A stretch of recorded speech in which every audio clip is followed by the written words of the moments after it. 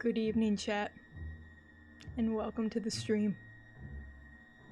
It is my pleasure tonight to spend the evening with you, listening to some of the spookiest stories that have ever graced the internet. Without further ado, welcome to Ted Schafer's Horror Nights.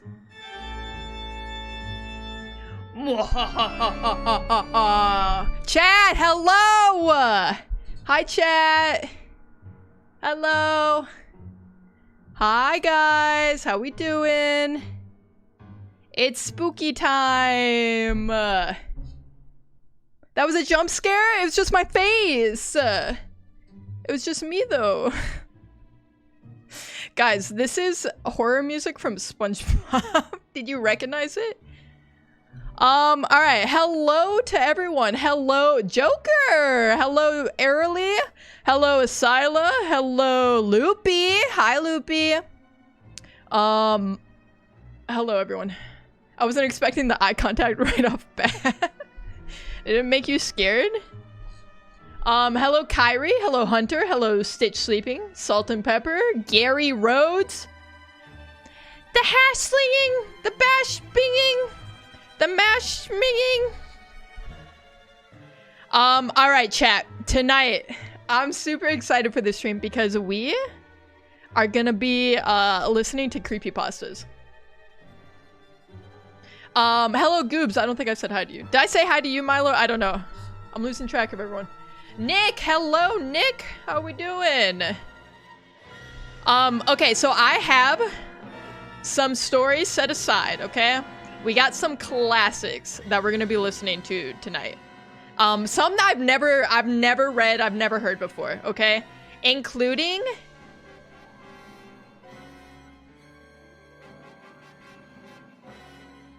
Sorry for the jump scare. Jeff the Killer. I've never read or listened to Jeff the Killer creepypasta. But we are going to be listening to that tonight. Ted, should I play Slenderman? Yes, the creepypastas would be perfect background for it.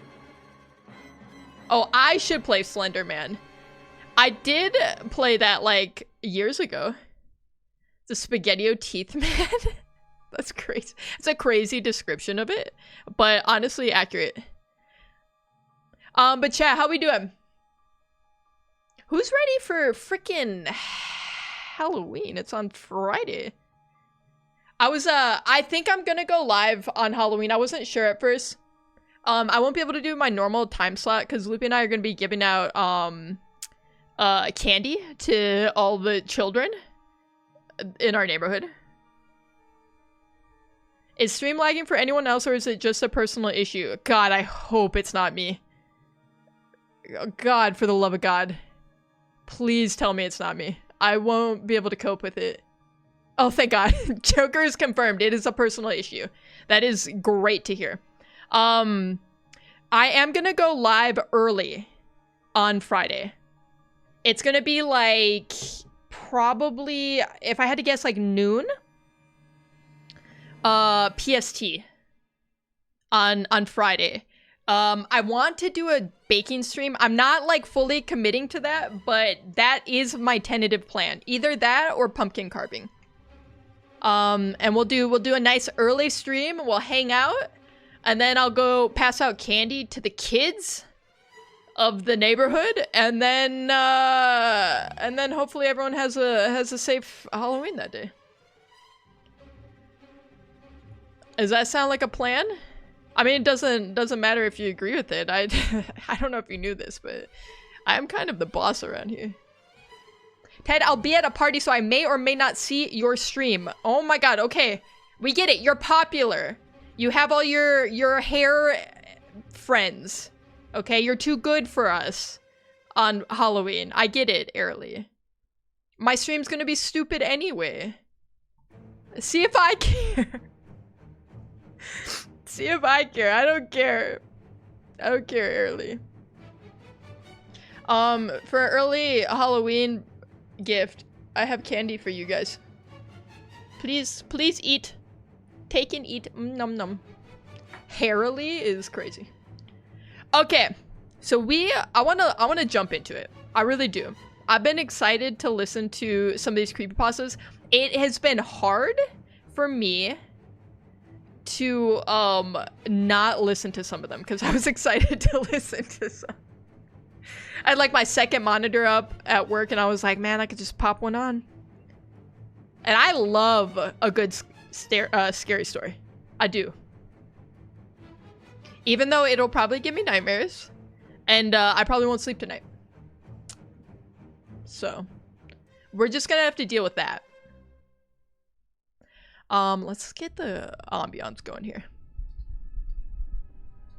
Alright, so the first one we're gonna listen to is, I think, like, the #1 creepypasta story, which is Jeff the Killer. Like, everyone recognizes this photo, right? This is iconic. That's my baby. She's iconic. Spaghetti-o teeth. Black eyeliner. Wait, was that candy or candy? I'm already stressed, dog. I don't need that right now. It's candy. If you catch my drift. Stop showing it, please. It unsettled me. I'm telling my kids this is Gerard Way. It literally is, though. You may not like it, but this is the lead singer of My Chemical Romance. Okay, so this video is by, let me check, Mr. Creepypasta. Oh, now I'm about to be tripping this whole stream. I ate like 4 of them. 4 of what? Ulysses. Hi, I hate you. Oh. Okay. Right. Okay. I don't think Harley was a slur also. I think we're safe on that front. Okay, let's rip it, right? Excerpt from local newspaper. Ominous unknown Let me know if I killer need to still at large. Turn it up. After weeks of killings, the ominous unknown killer is still on the rise. After little evidence has been found, a young boy states that he survived one of the killer's attacks and bravely tells his story. I had a bad dream and woke up in the middle of the night, says the boy. I saw that for some reason, the window was open. Even though I remember it being closed before I went to bed. I got up and shut it once more. Afterwards, I simply crawled under my covers and tried to go back to sleep. That's when I had a strange feeling. Like someone was watching me. The strange feeling wasn't the fact that your window was just open. Like, I would find that deeply concerning. We're chill about the window being open even though we're pretty sure that we left it closed. Number 15 Burger King foot lettuce voice. Number 15, I don't know what you guys are referring to. I'm out of touch, you know that. I looked up and nearly jumped out of my bed. There, in the little ray of light illuminating from my curtains, were a pair of 2 eyes. These weren't regular eyes, they were dark, ominous eyes. They were bordered in black.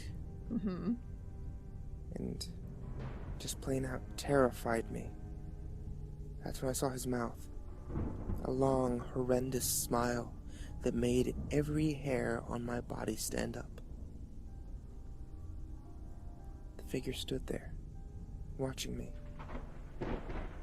Finally, after it seemed... Okay. So, am I weird to be like, this dude seemed more concerned by the fact of like what this thing looked like? I don't care what, if there's anything, any person, anything in my room in the middle of the night, it's not more scary because it looks like, of what it looks like to me. I'm freaking out no matter, it could be the most normal looking guy and I'm gonna be very freaked out by it. He was checking on you, bro. Why are you so judgmental? He was just giving you a goodnight kiss. Yeah, he's smiling. He's happy. This is a smile of love. You can see love in the eyes. Seemed like forever. He said it. A simple phrase, but said it in a way only a madman could speak. Go to sleep. I let out a scream. That's what sent him at me. He pulled out a knife, aimed at my heart, jumped on my bed. I fought him back. I kicked, I punched, I rolled around, trying to knock him off me. That's when my dad burst in with his 12-gauge shotgun. He aimed it at the man. He almost got him. But before he could pull the trigger, the man leapt out to the side. The man threw the knife in a Bowie knife style into my dad's shoulder. He let go of the gun. The man probably would have finished him off if one of the neighbors hadn't alerted the police. Bro. Your dad brings a gun to a knife fight. And he still gets bodied? Dude. Dude, that's sad. Oh god, the image is so bright I still see it when I close my eyes. Yeah, you're gonna see it tonight too, so get used to it. Finished him off? Ayo! What do you mean by that? They drove into the parking lot and ran towards the door. The man turned and ran down the hallway. I heard a smash, like glass breaking. As I came out of my room, I saw the window that was pointing towards the back of my house was broken. I looked out to see him vanish into the distance. I can tell you one thing. I'll never forget that face. I mean, Those how could you cold, not? evil eyes. That psychotic smile. They'll never leave my head. Joker will never forget the face either. It's ingrained in his actual retinas right now, so. Insert what do you mean by that guy meme right here. Police still are on the lookout for this man. If you see anyone that fits the description in the story, please contact your local police department. Right. Jeff and his family had moved into the new neighborhood. His dad had gotten a promotion at work, and they thought it would be best to live in one of those fancy neighborhoods. Okay, hold up. Am I stupid? Is Jeff the kid from the beginning? Did we just cut back? Maybe it'll make more sense. He kind of cute though. Yeah, I mean, if you can get over most of his features, he is pretty cute. Jeff and his brother Lou couldn't complain though. A new, better house. What was not to love? As they were getting unpacked, one of their neighbors came by. "Hello," she said. "I'm Barbara. I live across the street from you. Well, I just wanted to introduce myself and to introduce my son." She turned around and called her son over. "Billy, these are our new neighbors." Billy said hi and ran back to play in his yard. "Well," said Jeff's mom, "I'm Margaret. This is my husband Peter, and our two sons Jeff and Lou." They each introduced themselves, and Barbara invited them to her son's birthday. Jeff and his brother were about to object when their mother said that they would love to. Jeff went up to his mom. "Mom, why did you invite us to some kid's party? If they haven't noticed, I'm not some dumb kid." "Jeff," says his mom, "we just moved here. We should show that we want to spend time with our neighbors. Now we're going to..." Okay, am I crazy to think that people don't be doing this anymore? Who introduces themselves to their neighbors? What was this story set in 1944? Never mind, that was during World War II. 1948? They were probably worried about other things, bigger things, than introducing themselves to their neighbors before that. Never trust a Margaret, bro. Yeah, like Margaret Thatcher? F that hoe, you know what I'm saying? This is the backstory of the guy on the screen. He's in my screen right now. He's actually in it. Sometime in the 60s when it was customary for a while. Chimichanga! Hi, Chimichanga! Yeah, we don't be doing that anymore. When is the story set? I don't know. that party, and that's final. Jeff started to talk but stopped himself, knowing that he can't do anything. Whenever his mom says something, it's final. He walks up to his room and plops down on his bed. Sits there looking at the ceiling when suddenly he gets a weird feeling. Not so much a pain, but a weird feeling. He dismisses it as if some random feeling. Why is that so funny to me? I got a weird feeling. It's not like pain, it's just a weird feeling. Like, why would I jump to the assumption that it was pain related? Like, you could just have feelings. I don't know why that's hilarious to me. No, guys. It wasn't like pain. You don't get it. You don't get it. My grandma's name is Margaret. Sorry. This one's for your grandma's. I'm sorry. I'm sorry. I don't know why I did that. I'm sorry. I'm sure your grandma is a lovely woman. I'm sorry, Margaret. Jeff is just misunderstood. I don't understand him at all, so I guess in a way that's true. My neighbor's name is Margaret, and I low-key hate the shit out of her because her kid will be doing the dumbest stuff, and she never lets anyone call him out on it. This kid broke a neighbor's window and she refused to do anything. I hate parents who coddle their damn kids like that, man. Could never be me. You gotta hold your kids accountable, man. That's important. That's an important life lesson right there. He hears his mom calling him down to get his stuff, and he walks down to get it. The next day, Jeff walked down the stairs to get breakfast and get ready for school. As he sat there, eating his breakfast, he once again got that feeling. This time it was stronger. It's not pain though, guys. It's not pain. But he once again dismissed it. As he and Lou finished breakfast, they walked down to the bus stop. They sat there waiting for the bus, and then, all of a sudden, some kid on a skateboard jumps over them, only inches above their laps. They both jump back in surprise. Hey, what the hell, kid? The kid landed and turned back to them. He kicked his skateboard up and caught it with his hand. He wears an Aeropostale shirt and ripped blue jeans. Well, well, well. Looks like we got some new meat. Suddenly 2 other kids appeared. One is super skinny and the other is huge. Gotta say, the writing is impeccable on this.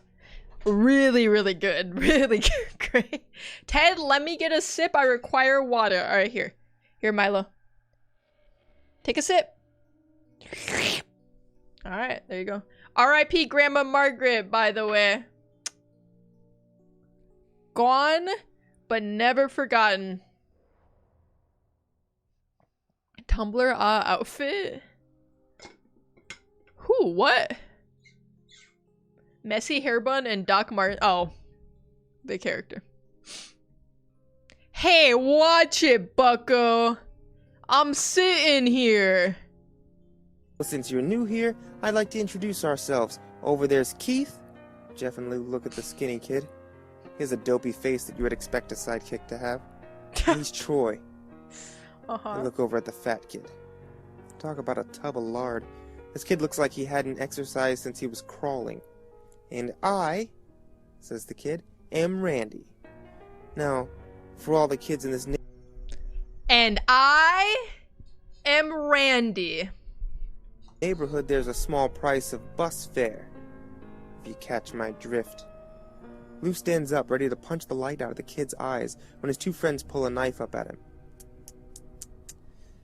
I had hoped you'd be more cooperative, but it seems we must do things the hard way.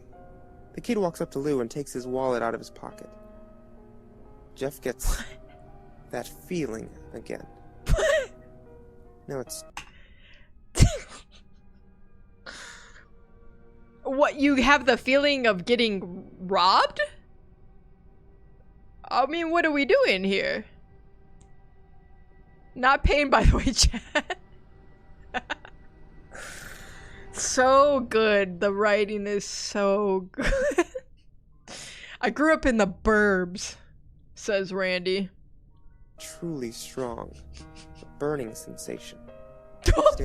Bro's got a UTI! I just diagnosed! I thought it might be anxiety. But Buddy's just got a UTI.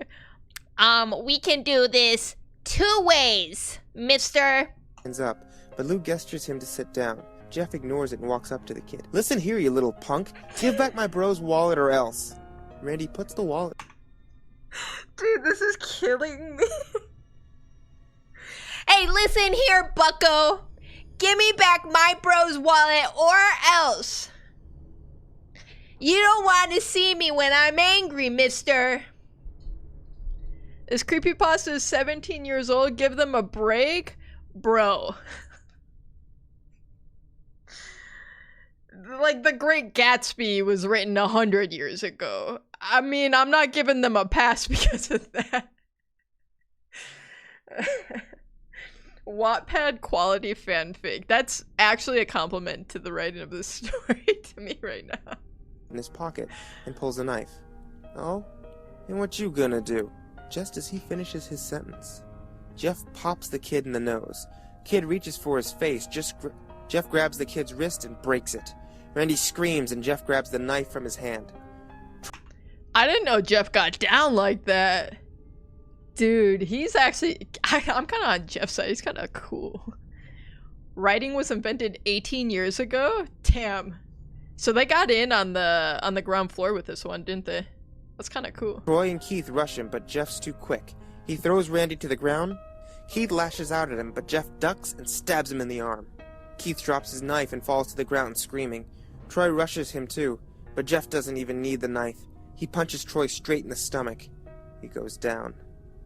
As he falls, he pukes all over the place. My God!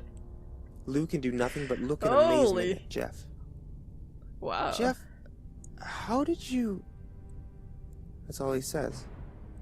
They see the bus coming, and know they'd be blamed for the whole thing, so they start running as fast as they can.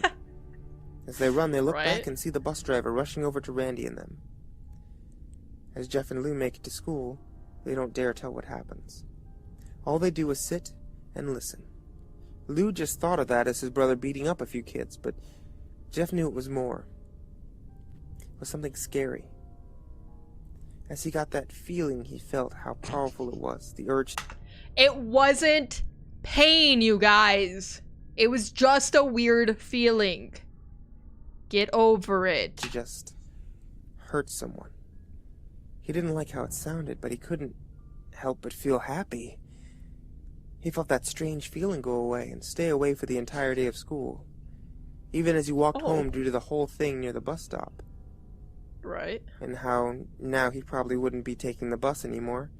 Mm-hmm. He felt happy.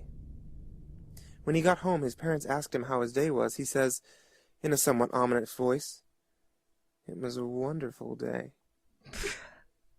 Next morning, he heard a knock. Okay.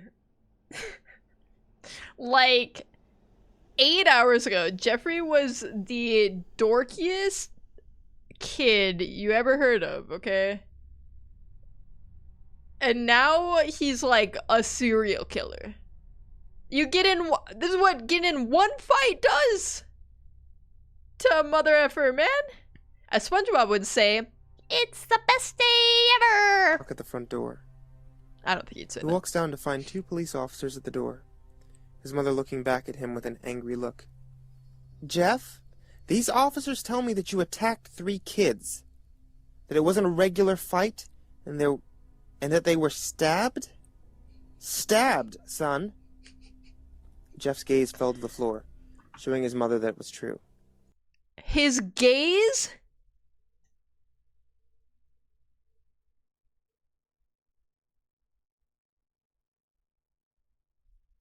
Also, I wouldn't use the word stabbed. I'd say more like shanked, but... "Mom, they were the ones who pulled the knives on me and Lou." "Son," says one of the cops, "we found 3 kids, 2 stabbed, 1 having a bruise on his stomach, and we have witnesses proving that you fled the scene. Now what does that tell us?" Who snitched? I just want to talk. Who's the freaking narc? Who told on my boy Jeff? Jeff knew it was no use. He could say him and Lou had been attacked, but there was no proof it was not them who attacked first. They couldn't say that they weren't fleeing because, truth be told, they were. So, Jeff couldn't defend himself or Lou. Son, call down your brother. Jeff couldn't do it, since it was him who beat up all three of the kids. Sir, it was me. I was the one who beat up those kids. Lou tried to hold me back, but he couldn't stop me. The cop looked at his partner. They both nodded. Well, kid looks like a year in juvie. Dude, the cops are just like, you know what? You know what? Fuck you, kid. Fuck your right to a fair trial. We're going straight to juvie. 1 year, bucko. Get in the freaking back of the car right now. That's crazy. Snitches get put in a creepypasta. That is a fate worse than anything else. Comb, hi Comb. I'm not gonna change that picture. You're gonna have to just cry. I didn't choose this picture, for the record. This is just the background of the creepypasta. I can't do anything about that. Probably sister gotta stab her now. Yeah, like, just stab the police officers. Like, what are we doing here? The voice swap up is so funny. The same vibe as a dread against the DM. Honestly, he's doing his best. Wait, he's doing says his best. Lou. We all looked up to see him holding a knife. The officers pulled their guns and locked them on Lou. It was me. I beat up those little punks. Have the marks to prove it. He lifted up his sleeve to reveal cuts and bruises, as if he were in a struggle. Son, just put down the knife, said the officer. Lou held up the knife and dropped it on the ground, put his hands up and walked over to the cops. Why? No, Lou, it was me. I did it. Jeff had tears running down his face. Huh, poor bro trying to take the blame for what I did. Well, take me away. The police led Lou out to the patrol car. Lou, tell them it was me. Tell them I was the one who beat up those kids. Lou's mother put her hand on Jeff's shoulder. Jeff, please, you don't have to lie. We know it's Lou. You can stop. This story is a lot funnier if you imagine Jeff looking like this as a child. just imagine for a second, if you will, that like his brother is like totally normal looking. Lou's like the most normal looking person you've ever seen, and then this is little like 12-year-old Jeff. And everyone's like, yeah, it couldn't have been Jeff who stabbed all those kids. Ain't no way. Basement Ghost, hello. How you doing? That comes later? I don't think so. I think this is him. That's how he was born. I didn't do it, officer. Oh man, I was picturing them as Simpsons characters. Wait, who's Lou in your head then, and who's Jeff? Good, remember me? It's a Lucas. Of course I remember you. I haven't seen you over on the YouTube side in a minute. As he speaks, I'm laughing, or I'm imagining the skull movements of Skeletor. Bart and Lisa's crazy. That's actually crazy. Error! Hello! Welcome back in. How you doing? Jeff is Bart Ender. Jeff is Bart Ender? I don't know what that means. Yeah, school making me go crazy. You should study how Jeff interacts with situations and see if you learn anything. Jeff watched helplessly as the cop's car sped off with Lou inside. A few minutes later, Jeff's dad pulls into the driveway, seeing Jeff's face and knowing something's wrong. Son, what is it? Jeff can't answer. His vocal cords are strained from crying. Instead, Jeff's mother walks his father inside to break the bad news to him. As Jeff weeps in the driveway, after an hour or so, Jeff walks back into the house, seeing his parents were both shocked, sad, and disappointed. He can't look at them. He can't see how they think of Lou when it was his fault. He just goes to sleep, trying to get the whole thing off his mind. 2 days go by, with no word from Lou at JDC. No friends to hang out with. Nothing but sadness. No friends to hang out with because your only opportunity to make friends, you freaking stab them all and punch them in the gut. That's crazy. What's Jeff's sister's name? Jane? I don't know. Jeff, probably. Jeff can be Sideshow Bob. That is actually that's a really good, pick. Illusion, hi Illusion. Jane Hopper, I'm connecting some dots here, chat. That's crazy. That's wild. Come with the watch streak. 3 stream streak? Say that friggin' 11 times fast. Guilt. That isn't. Sideshow Bob is Bart Ender? I don't know who this is. Who are you talking? Bart Ender. From Brooklyn Nine-Nine. That's what the first thing that comes up. Bart. Oh, Bart Ender. I see what you're saying. Till Saturday, when Jeff is woke up by his mother with a happy, sunny face. Jeff, it's the day, she says as she opens the curtains and lets light flood into Jeff's room. What's today? Says Jeff as he stirs awake. Why, it's Billy's party. Jeff is not fully awake. What? Her goddamn kid just went to juvie. Haven't heard from them. And she's like, yeah, the neighbor boy's birthday party. Let's go rage. Dude, that's crazy. The hit T-Pain song, Bart Ender. Just stopped by to say hi, got to go. See a basement ghost / Lucas. Like, oh wait, I'm gonna obliterate Ted like nuclear fission type of obliteration for real? But look at me.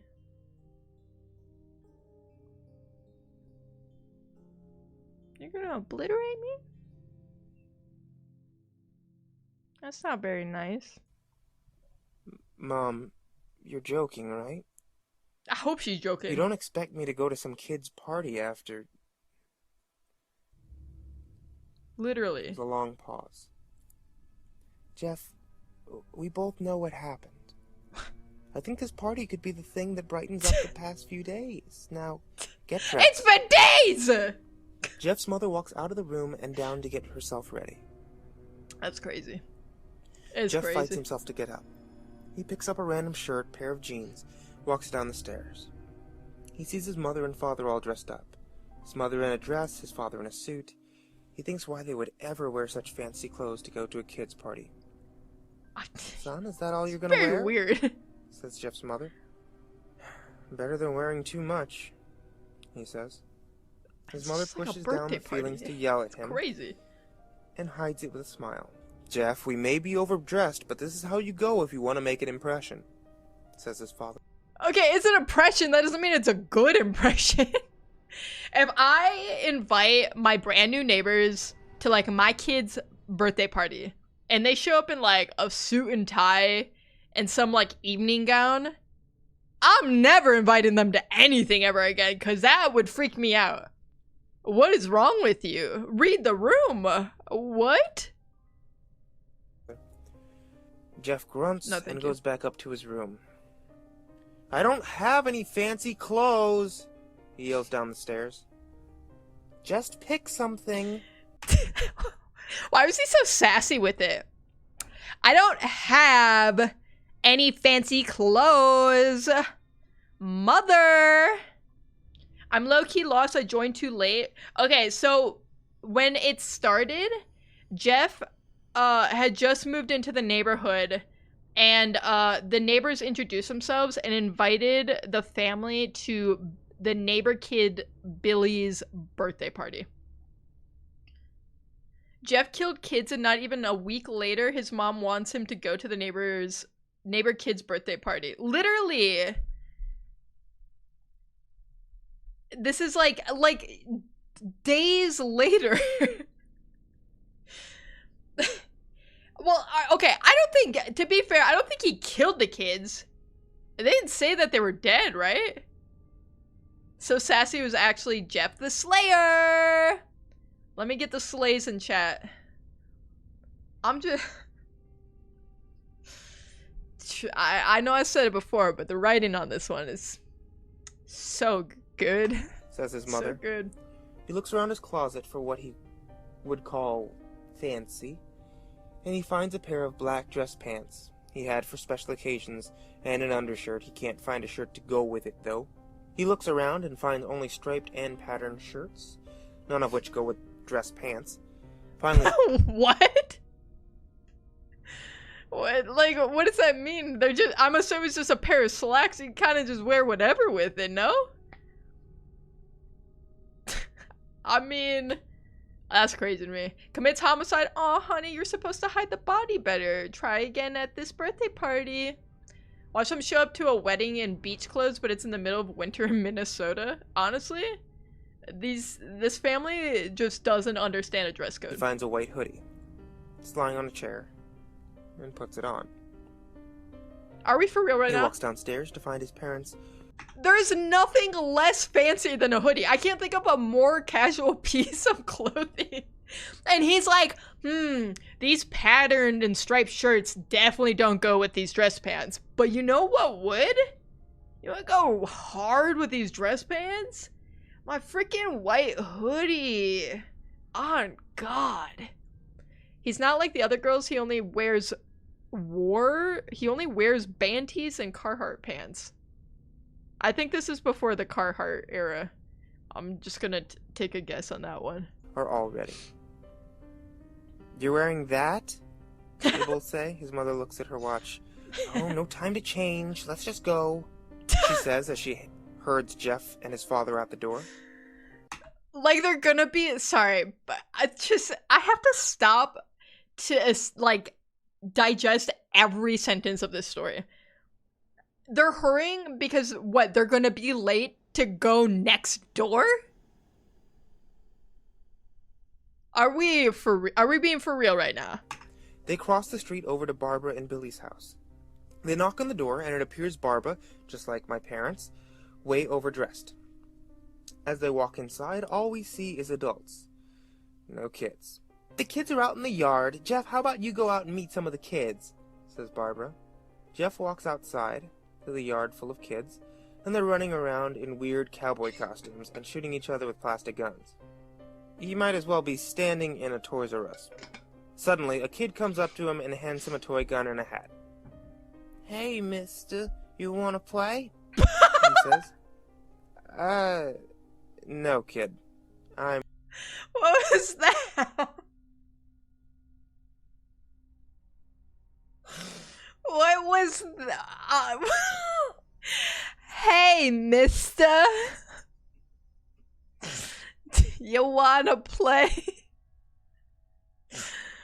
Oh my God, it's so good. It's so good. No notes. I'm way too old for this stuff. The kid looks at him with that weird puppy dog face. Please? Says the kid. Fine. Says I Jeff. can't. He puts on the hat and starts to pretend shoot at the kids. At first he thinks it's mister? totally ridiculous. Please. Then he starts to actually have fun. But it's the first time he's done something that takes his mind off of Lou. So he plays with the kids for a while. Until he hears a noise. Right. It's a weird rolling noise. Then it hits him.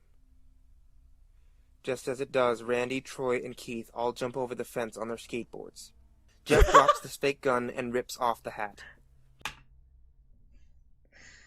It's like we wouldn't know who these characters were without them having skateboards on their person. Like that is a really integral part. And they said, okay, the narration is saying they jumped over the fence with their skateboards. So now in my head, I'm thinking they just launched like a 6-foot ollie, all three of them, over this fence into this party. Which is a crazy notion. You see, me personally, I would have punched the kid in the face out of sheer PTSD of Manny from Diary of a Wimpy Kid. I hate that creature. Okay. You know, fair. What an entrance. And Randy's like, listen here, bucko. Count your days. Randy looks at Jeff with burning hatred. Hello? Jeff, is it? We have some unfinished business. Jeff sees the bruised nose on his face. I think we're even. Oh, Lord. I beat the shit out of you and you got my brother sent to JDC. Why, Oh no, I don't go for even. I go for winning. You may have kicked our asses that one day, but not today. As he said that, Randy rushes Jeff. They both fall to the ground. Randy punches Jeff in the nose, and Jeff grabs him by the ears and headbutts him. Jeff pushes Randy off of him, and both rise to their feet. Kids were screaming. Okay, kind of a bold move to get 1v3'd and then just, like, go back for seconds. Right? Like you already lost your 1v3. Like, this is crazy. Where the parents, yeah, the parents are inside. So it's all the kids in the backyard, all the kids dressed up in formal wear for some reason in the kitchen getting drunk, presumably. Screaming parents were running out of the house. Troy and Keith both pull guns out of their pockets. No one interrupts or guts will fly, they say. Randy pulls a knife on Jeff and stabs him in the shoulder. Jeff screams and falls on his knees. Okay. Randy starts kicking him in the face. After 3 kicks, though, Jeff grabs his foot and twists it, causing Randy to fall to the ground. Jeff stands up, walks towards the back door. Troy grabs him, though. Need some help? He picks Jeff up by the back of his collar and throws him through the patio door. Oh As my Jeff God. tries to stand, he is kicked down to the ground. Okay. Now for real, where are the parents? Because what do you mean I'm throwing a child into the patio door and the parents just don't notice this? Especially considering the fact that all the kids playing in the backyard are apparently young, because they're talking in, like, baby talk. Will you please play with me, mister? Will you please take this gun and try to shoot me? Uh-oh, I see a year of juvie coming to someone. Maybe even 2. I don't know. We'll see what a policeman has to say about it. And accomplices to crimes that happened days ago. Baby with a gun vibe. Randy repeatedly starts kicking Jeff until he starts to cough up blood. Come on, Jeff, fight me! He picks Jeff up and throws him into the kitchen. Randy sees a bottle of vodka on the counter and smashes the glass over Jeff's head. Fight! He throws Jeff back into the living room. Come on, Jeff! Look at me! Jeff glances up, his face riddled with blood. I was the one who got your brother sent to JDC, and now you're just gonna sit there and let him rot in there for a whole year? You should be ashamed. Has this kid's accent changed throughout this story? Am I crazy? He's like from the Bronx now. Like, I'm losing sight of what's happening perhaps a little. Yes, they're literally inside. The parents haven't noticed, apparently, that their weapons have been brandished. Bottles have been smashed upon children's heads. I don't know. Can I also point out WTF is going on in this hood? I don't know. I have no idea. Texan, New York, what's next? I don't know. Generic nerd accent. Yui! Hi, Yui! Boys will be boys is crazy. This is what they mean by boys will be boys. Boys will be boys. That's the Randy guarantee. Good God. Unless the parents have left the property, they're all deaf. Maybe they're all dead already. Jeff I don't know. Stands up. Oh, finally you stand and fight. Jeff is now on his feet, blood and vodka on his face. Once again, he gets that strange feeling. It's not pain, you guys. It's just a weird feeling. I don't know how I can make it any more clear, you guys. God. The one in which he hasn't felt for a while. Finally, he's up, says Randy as he runs at Jeff. And that's when it happens. Something inside Jeff snaps. His psyche is destroyed. All rational thinking is gone. All he can do is kill. He grabs Randy and pile drives him into the ground. He gets on top of him and punches him straight in the heart. Alright. The punch causes Randy's heart to stop. Oh, Randy's gasping jeez. for breath. Jeff hammers.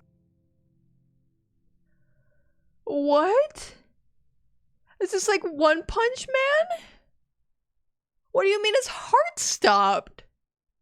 Did he have congenital heart failure or something? I missed that part of the backstory. My werewolf comes out when I need to show people who's boss. Where is this where children just have weapons like this on deck? That's America, brother. Your first time learning about it, or? I mean, weird feeling, puberty? It's actually just testosterone. Bro's going through puberty. Yeah, you didn't grow up with weapons? I had knives and guns and vodka bottles that I would smash over people's heads. It's not that big of a deal. Down on him, punch after punch.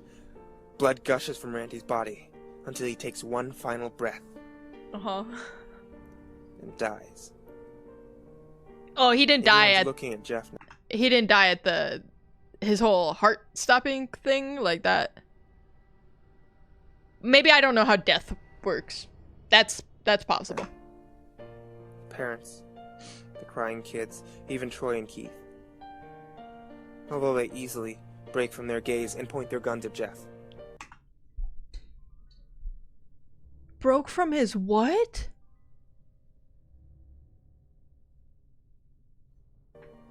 Jeff sees the guns trained on him and runs for the stairs.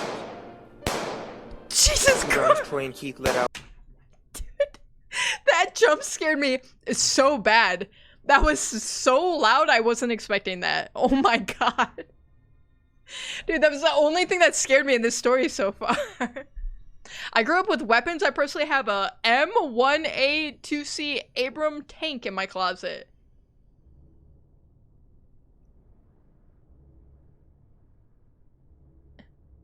In your closet? How big's your closet? No, that was just diabetes and high blood pressure. Oh. Bro fights back and he gets shot? Well, yeah, I mean, if they were threatening him with a weapon, with a gun before that, so. Fire on him. Each shot missing. Jeff runs up the stairs. He hears Troy and Keith follow up from behind. This As is they let Jeff out right the now. final round of bullets, Jeff ducks There's into the bullets just bathroom. whizzing He grabs past the him. towel rack and rips it off the wall. Troy and Keith race up, knives ready. Troy swings his knife at Jeff, who backs away, and bangs the towel rack against Troy's face. Troy goes down hard, and now... Where are the parents? They're in the house. They're just like, Jeff's like sprinting past the freaking parents right now. Troy's like trying to pop a cap in his ass. The parents are like, oh, those silly kids.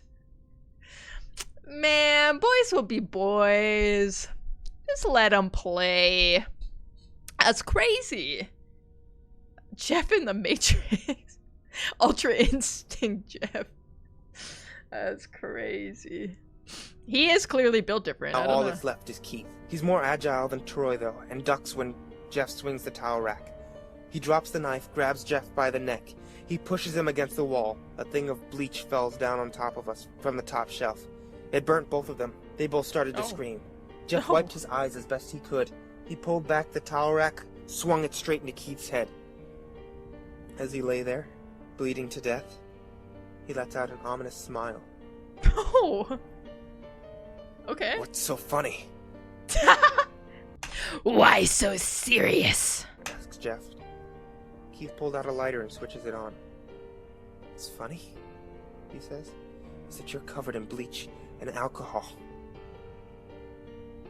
Jeff's eyes widen as Jesus. Keith throws the lighter at him. As soon as the flame made contact with him, the Okay, I like to imagine that it was like a disposable lighter, like a Bic, and he lights it, and then the second you throw it and you let go of it, it just ceases to be on fire because you have to hold the button down. So it just kind of lands right next to him. It's the Jonkler. Thomas, hello, Thomas. Sets Jeff on fire like the baddie he is. Okay, Keith. All right, Keith. Flames ignite the alcohol in the vodka. While the alcohol burned him, the bleach bleached his skin. Jeff let out a terrible screech as he caught on fire. Does it work that way? I just bleach my skin? Maybe that's what happened to me. Maybe that's why I'm so pasty. He tried to roll out the fire, but it was no use. The alcohol made him a walking inferno. He ran down the hall, fell down the stairs. Everyone started screaming as they saw Jeff, now a man on fire. Oh, now the parents notice. The gunshots didn't alert them in the house. It was this. This right here is what really did it. Up to the ground, nearly dead. The last thing Jeff saw was his mother and other parents trying to extinguish the flame. And that's when he passed out. Oh, didn't die, just passed out. When Jeff woke up, Just taking a quick he had nap. a cast wrapped around his face. He couldn't see anything. Okay. He felt the cast on his shoulders. Stitches all over his body. He tried to stand up, but he realized that there was some tube in his arm. When he tried to get up, it fell out. The nurse rushed in. "I don't think you can get out of bed just yet," she said as she put him back into the bed and reinserted the tube. Jeff sat there with no vision. No That's idea Jeff what his right now. surroundings were. Finally, after hours, he heard his mother. "Honey, are you okay?" she asked. Jeff couldn't answer, though. His face was covered. He was unable to speak. "Oh, honey, I have great news. After the witnesses told the police that Randy confessed of trying to attack you, they decided to let Lou go." That made Jeff almost bolt up, stopping halfway, remembering the tube coming out of his arm. I mean, cool. "He'll be out by tomorrow. Then you two will be able to be together again." Jeff's mother Right. hugged Jeff, says her goodbyes. And the next couple of weeks were those where Jeff was visited by his family. Then came the day where his bandages were to be removed. His family were all there to see what he would look like. As the doctors Eesh. unwrapped the bandages from Jeff's face, Uh-oh. everyone was on the edge of their seats. They waited until the last bandage holding the cover over his face was almost removed. "Well, let's hope for the best," said the doctor. Okay. So, I'm not a doctor, but I'm pretty sure you couldn't just put a cast on severe, like, chemical and fire burns for, like, weeks and like, never dress those wounds and replace the bandages. The doctor acting like this is a grand reveal, like he's just, I don't know, they slathered him up in some like steroid cream, slapped a freaking cast on, and they're like, "You know what? It'll be fine. We'll check it in a few months. No biggie." Yeah. That's how we treat burns. Quickly pulled the cloth, letting the rest fall from Jeff's face. Jeff's mother screamed at the sight of his face. Lou and Jeff's dad stare, awestruck at his face. "What? What happened to my face?" Jeff said. Oh. He rushed out of bed and ran to the bathroom. He looked in the mirror and saw the cause of distress. You couldn't have just faked it for your son? She screamed at him. That's crazy. At your own son. A kiss will make it better, odd doctor. Rub some dirt in it, odd doctor. Yes, Ted, that's the only thing wrong about the story. Listen. I've clearly thought it was a perfect story up to this point. This really kind of just ruined my immersion. I gotta be honest. Mom couldn't handle ugly? Sounds like my mom for real. His face. It's horrible. His lips were burnt to a deep shade of red. Oh my His god. face was turned into a pure white color. His That's hair probably fine. singed from brown to black. He slowly put his hands to his face. I didn't know it works It like had a that sort with of hair. leathery feel to it now. Ugh. He looked back at his family, Okay. then back at the mirror. Jeff, said Lou, it's not so bad. Not bad, said This better not be his mom trying to like backtrack after letting out an actual scream. She screamed when she saw him, and she's like, "No, honey. It's not that bad." Are we behind on stream like a delay? I don't know. YouTube looks like it's current. Let me look at the stream preview. I don't know how far back we are. It's pretty, no, it's like a couple seconds. It's gonna be a you thing. For once, it's not me. Can you believe it? That's incredible. It's not my internet. All internet problems have been on you guys tonight. That's wonderful, huh? Look on the bright side. Ah, Mom. I wish Randy was here, because Randy would have something really cool to say. Really, really cool to say. I guess you really can judge a book by its cover, bucko. Jeff, it's perfect. His family were equally surprised. Okay. Jeff started laughing uncontrollably. Oh, no. His parents noticed that his left eye and hand were twitching. Not the laugh. We don't have to do Jeff, that! Are you okay? Okay. I've never felt more happy. Look at me. His face goes perfectly with me. He couldn't stop laughing. He stroked his face, feeling it, looking at it in the mirror. What caused this? Okay. You may recall that when Jeff was fighting Randy, something in his mind, some sanity snapped. Now he was left as a crazy killing machine. That is, his parents didn't know. Doctor, said Jeff's mom, is my son all right, in the head? Lady, what the hell do you think? He just looked at this in the mirror and started laughing. One of the weirdest, creepiest laughs I've ever heard in my life. Yo, Doc. He cooler or nah? I don't know. Take a wild guess, Mom. What do you think? Bro likes himself a little too much. Self-centered much. That's what I'm saying. Like, come on, Jeff. And not everything has to be about you. It's all about how he beat up everyone. And how he should have went to juvie. And how he killed everyone. Wait, Keith is, yeah, Keith is alive, no? Because Keith set him on fire. The other two hella dead. Randy and Troy evaporated. But Keith is presumably still alive, right? His deck be missing a couple of cards. Is that what he was stroking? He was stroking his deck, or Doctor, is my son looks maxing?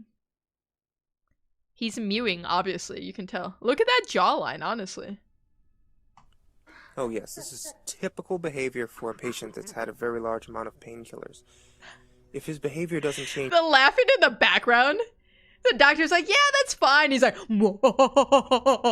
he's like rubbing his hands together like a fly. Like, come on, man.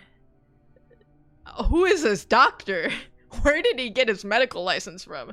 Because this don't seem right. In a few weeks, bring him back here. And we'll give him some psychological testing. Oh, thank you, Doctor. Jeff's mother went over to Jeff. Jeff, sweetie, it's time to go.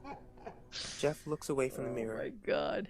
His face still formed into a crazy smile. Okay, That's the smile. That's it. Jeff's mom took him by the shoulder and took him to get his clothes. He's just naked right now? Says the lady at the desk. Jeff's mom looked down to see the black dress pants and white hoodie her son wore. Not this again. Now that we're clean of blood and now stitched together. Okay. He was set on fire. We think his what does he have fire retardant clothes? Like what are we doing here? 'Cause he's burned so badly that he looks like this. This is what he looks like. And we're gonna say that his clothes are intact. And not even like a bleach stain on it? That's crazy. Mom, you wanna know how I got these scars? Bro develops a hunchback and maniacal laugh in the span of 10 minutes. He does need a psych evaluation. Ted, what? Black cat on lap. Huh? No bleach stain, it was a white hoodie. The pants! I said the pants. Joker, you gotta listen, Joker. Jeff's mother led him to his room and made him put his clothes At least I thought I said pants. I don't then know. they left, not knowing that this was their final day of life. Oh. That night, Okay. Jeff's mother woke to a Spoiler. sound coming from their bathroom. It sounded as if someone was crying. Okay.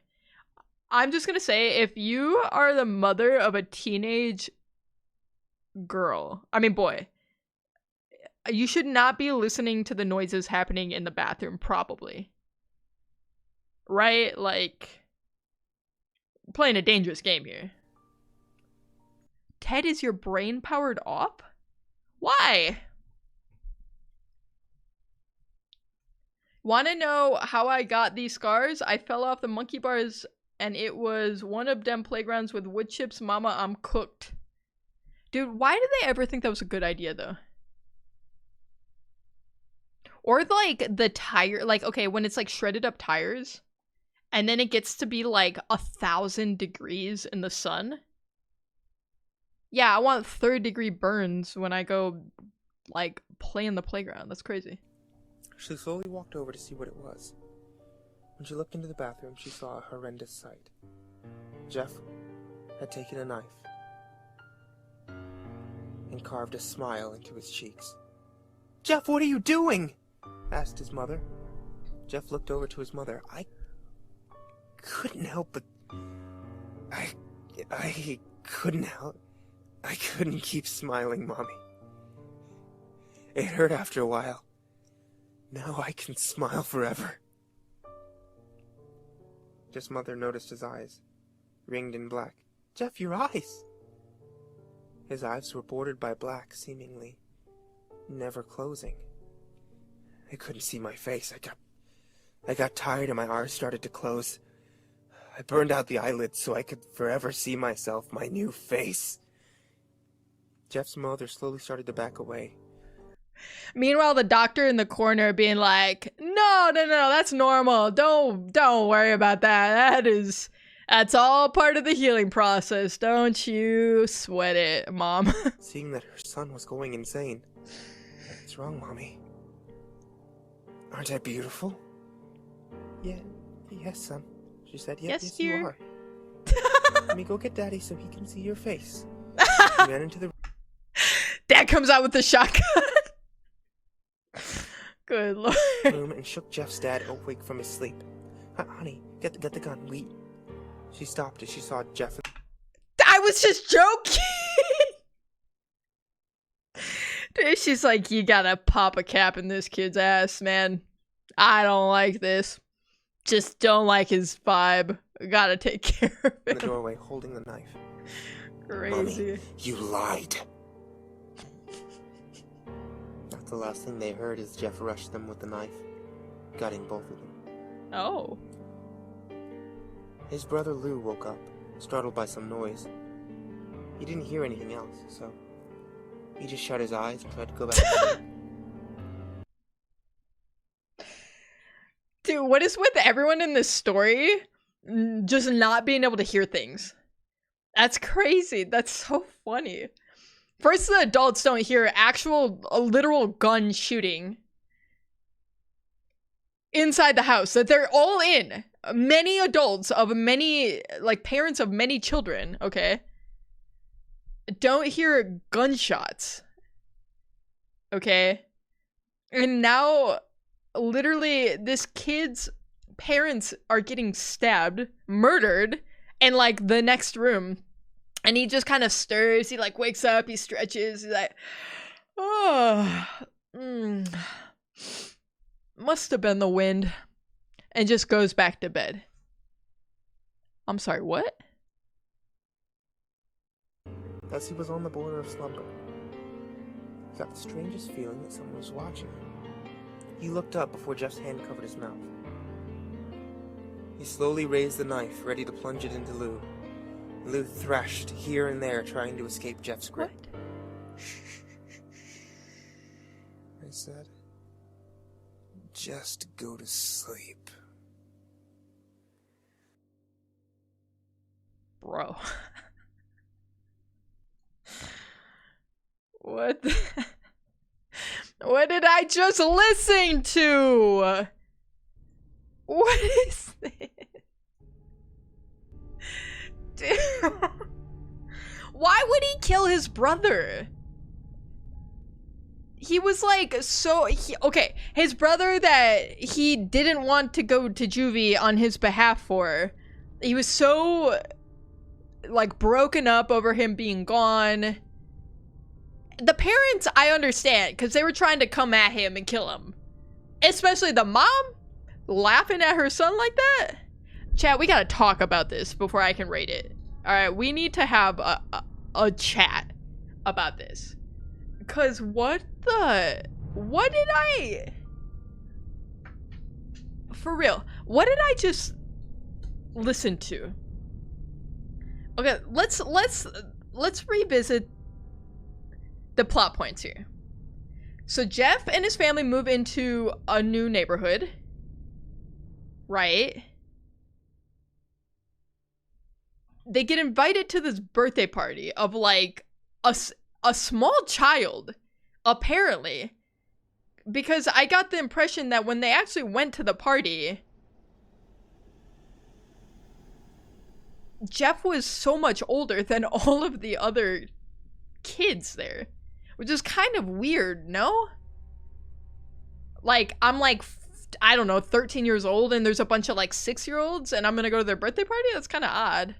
But whatever, go off.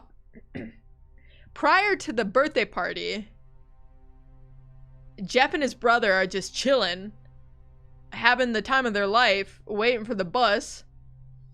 Randy and his crew ollie and kickflip over them while they're sitting there, I guess? And then they tried to take the brother's wallet. Hey, Lou, give me your wallet, or else. That's what Randy said. Okay, we remember that. Bar for bar, that's what he said.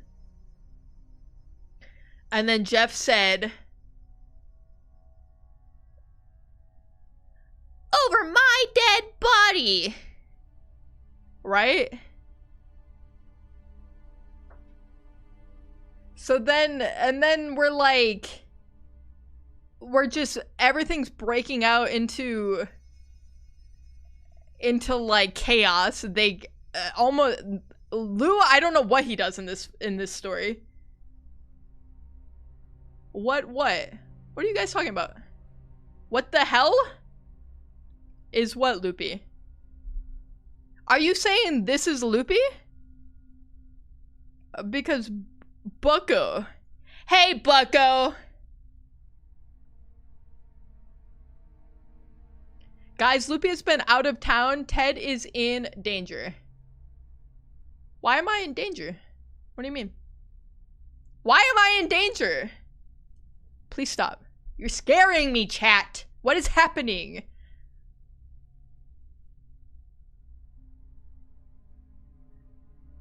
So Jeff, oh, we forgot. Jeff gets this weird feeling. That's not pain. It's not pain. It's just a weird feeling. It's a perfectly normal, weird feeling that Jeff experiences multiple times. And that weird feeling happens when he proceeds to demolish Randy, Troy, and Keith in a major way. It's not Pain Joker, I'm telling you. Paul movie lore? I don't think that's applicable here. I don't know.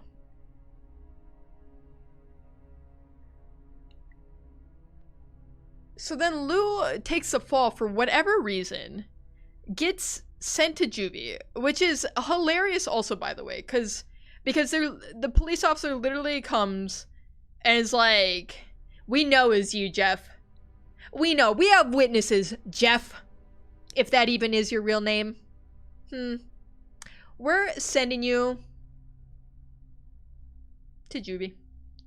And then Lou comes in and is like, nah, it was me, actually. And they're like, yeah, you're right, it was you. Get in the back of the freaking police car. We're sending you to juvie. 1 year in juvie. And then 2 days later, the mom is like so excited to have a rager at the neighbor's house for Billy's birthday. Which apparently Randy, Troy, and Keith know about. They proceed to, I guess, ollie over the fence. I don't know. They ollie over the fence. And then they jump Jeff. One of them has a gun. They literally have a gun. I don't know where they get a gun from. And then they shoot him. Parents never realize. They never notice. Paul? Who's Paul? Was that a shadow? What are you talking about? There's shadows from all the candles back here. Is that what you're talking about? The alien emoji makes me think of, what was it? Alien lover Sophia?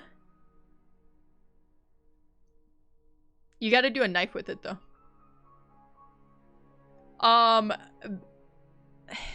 I think I saw something to your right, Ted. A Lily was in here at some point. Was it a Funky Phil? She's been known to lurk. That would be their left. Huh? I actually don't see Phil in here. Hatsune! Hello! Ted, you're low-key pissing me off. What do you mean? With what? Anyway. Jeff the Killer. We gotta give it a rating. 1 through 10. Right? We got to give a rating. Where's my notepad? I have a notepad.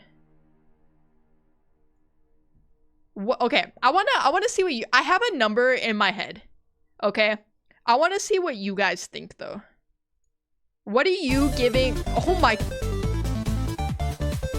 That was so loud. That was literally so loud. Thank you for the bit. Comb. I don't know. That was the loudest thing I've ever heard in my entire life. Comb redeeming the print a Polaroid. Okay, do you have one picked out? Did you send it to me? Did you send it to me? And if so, where is it? Send it to me on Discord. I already dated. Rated. 1? A 1 out of 10 is kind of harsh. Loopy redeeming hydrate, okay.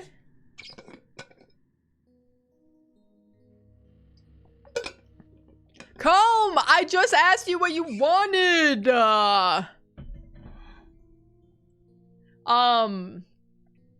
Comb, I don't know what to do. You're always crashing out in stream. I'm always really worried about you. I gotta say. Serious rating 5, but it made me laugh 8. It was so funny. And the fact that it wasn't trying to be funny made it so much funnier to me. Okay, I'm gonna give it... Okay, Jeff the Killer. So it's a classic one, right? Like, when I think of creepypastas, I know this is like one of the like OG creepypastas. I'm gonna say... I'm gonna give it... It's so, like... It's iconic in some ways. It's a classic. It's so poorly written, though. It's like, it's truly impressive how it reads like a 13-year-old did it. Look at General. Okay. What the? Why are you gonna make me print this out? Oh my god. Okay, hold on. I gotta pull it up on my phone so I can print it. Alright, so Comb redeemed over on twitch.tv/Ted Shapers the print a Polaroid channel point redemption, which means you get to pick any picture, send it to me, and I will print it on this nifty little thing.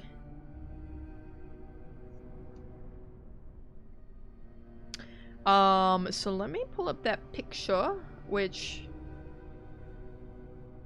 I guess this is going to hang up on my wall. While we're waiting for this to load up, I want to, okay, so because of, I'm like giving it props because of its historical value as a creepypasta, right? And because of that, it's getting more points than it deserves. So I'm gonna say that Jeff the Killer is a 5 out of 10. Because I think it's iconic, but I think it's really badly written. But I thought it was really funny because of how badly written it was, which also scores some points for me. I gotta say. Alright, so I gotta figure out what the app is here. Mini link, okay.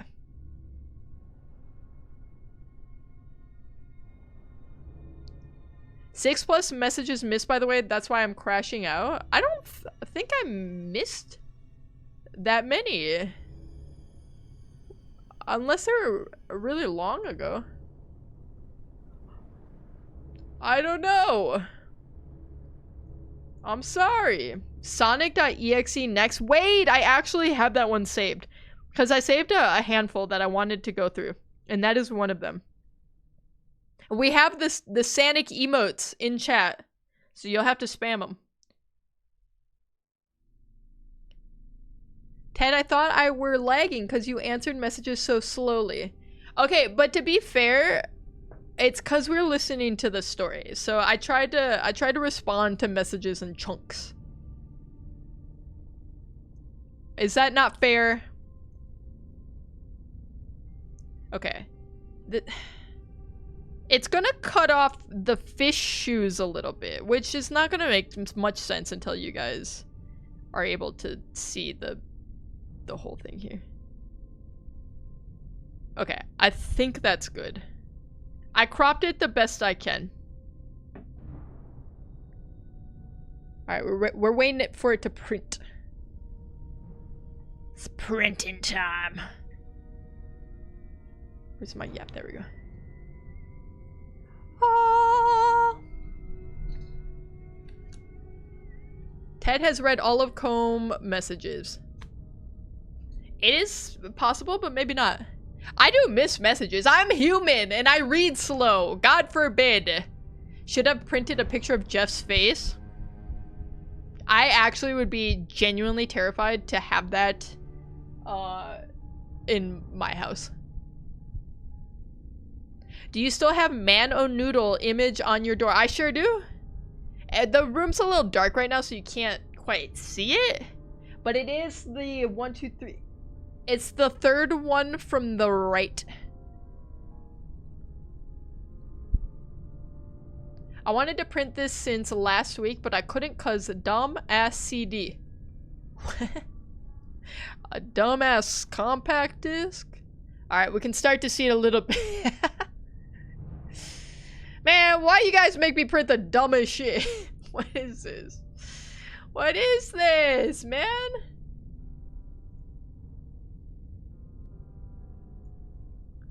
It's fish time. She missed 3 jokes, my rating, an answer, and a question. Okay, to be fair, I didn't miss your rating. I just didn't understand that that was a rating. I see. It makes sense now. But you can see my confusion because I am dumb and slow. CD equals cooldown. Oh, that does make sense. It's becoming clearer. It is a fish smoking a cigarette in a pair of white high-top Converse.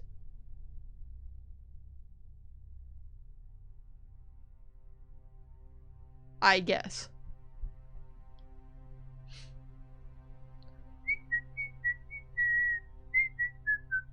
I think only mine and Lucian's were meaningful. The rest are meaningful. That's true. We have, okay, from left to right, we have me posing with Roblox face cake from my birthday stream. We have next to that, Lucian's mother. Next to that is Lucian's head, and then on top of my torso. Next to that is man on all fours with noodles streaming from his mouth. Next to that is Asila's kitty cat. And then next to that is Joker's kitty cat. So we actually have 3 meaningful ones. Alright, final reveal. I will go hang it up. Hey, that's right, get counting. You guys only have 999,912 more counts to go. Alright, Comb. Thank you for the print-a-Polaroid redemption. And this is going on the wall of infamy. Infamy? Whatever.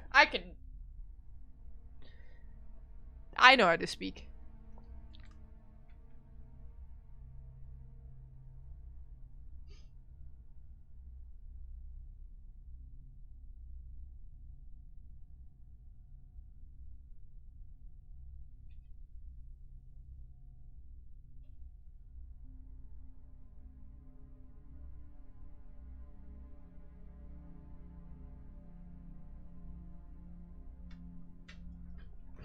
Okay, fish on wall. Imagine a streamer listening to a story, reacting, reading chat, rating, and sharing their views, missing chat a little. Couldn't be me, personally. So, I don't know. Other streamers, maybe. Alright. So, alright, I'm gonna let you guys vote on which one we do next, okay? Because I got a couple. Alright. And by a couple, I mean many. So we have, I'll give you a choice of 3, okay? Because these are all 3 that I want to get through tonight. You're trying to speak ration into a 19-year-old, bro, give up. That's such a fair point, because I think when I was 19 years old, nobody could have told me anything ever. I would just not believe it. Okay, how do you start a poll? Okay, so our 3 options are going to be as follows. Let me bring this back up. Hello? There we go. So Jeff the Killer got a 5 out of 10. So our next 3 options are going to be the Russian sleep experiment. Another classic, okay? I think I did read that one like way back in the day. I don't really remember it. 2, Smile Dog. Another classic, okay? And then 3, Sonic.exe. When I was 19, my parents moved far away and said good luck. Yeah, when I was 19, I got kicked out of the house, so I can relate. It's rough out there sometimes. It's tough out there. You just gotta figure it out, huh? The Russian sleep experiment gave me nightmares. Listen, I've already come to terms with the fact that I'm not gonna sleep tonight. I'm gonna have to sleep with the lights on. Alright, create a new poll. Which spooky, scary story next? Russian sleep experiment, Smile Dog, and Sonic.exe. I'll give you guys a couple minutes to get your votes in. I will start that now. And if you're over on YouTube and you want to vote on what story we do next, !Twitch or twitch.tv/TedSchaefers. And you can vote over there. And I'm gonna vote too. So far, 1 vote for Sonic.exe, 1 vote for Russian sleep experiment, which apparently nobody in chat wants to listen to because it is very scary. Why'd y'all get kicked out?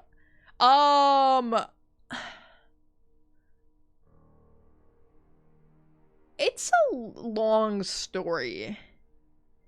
I don't know. I was a stubborn 19-year-old and I butt heads with my dad a lot. So he told me I wasn't welcome there. Which was kind of fair, I guess. Sleep experiment is so good though. That's what I'm saying. Like we are gonna do it at some point, whether you guys like it or not.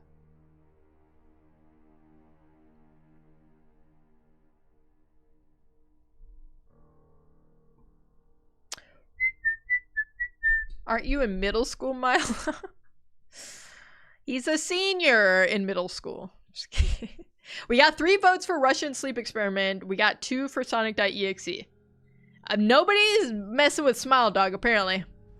If RSC wins, I'm leaving. No, go. I thought you were gonna leave because I am not reading your messages, allegedly. Ted, where is poll? It's here. I don't know. It's in chat. It's there. I see it. I don't know. You got like 4 seconds to figure it out. I don't know. I can't help. Uh-oh. Uh-oh. Ooh, Comb is leaving, unfortunately. Our winner for our next creepypasta is Russian sleep experiment. Y'all wanna deadass have nightmares. Listen, it's the Ted Schaefer Horror Nights. That's what we're here for. And especially, I feel like I need a palate cleanser after Jeff the Killer because it was so not scary. It wasn't even close to scary. It was just funny the whole time. I have a severe case of dead ass. If you or a loved one has been diagnosed with a case of severe or mild dead ass, you may be entitled to compensation. Let me get my blankie before we start. Put in Discord when you go on to the next story. I'll join back. It'll probably be like an hour. I can't guarantee that I'll remember to tell you, but maybe somebody in chat will remember to ping you guys back in. It's not that bad. I have some actual horrific creepypastas saved. Listen, you can just mute it and then we'll not talk about it at all. We'll only talk about nice things in chat. Okay, listen. We'll type in code and it'll be a safe place for you guys, okay? Instead of creepy people, it'll just be kittens. Now I don't want nightmares literally scarred me as a child. Well, you're not a child anymore, Airly, so it should be good. We should be chilling. All right, hold on. Let me pull it up.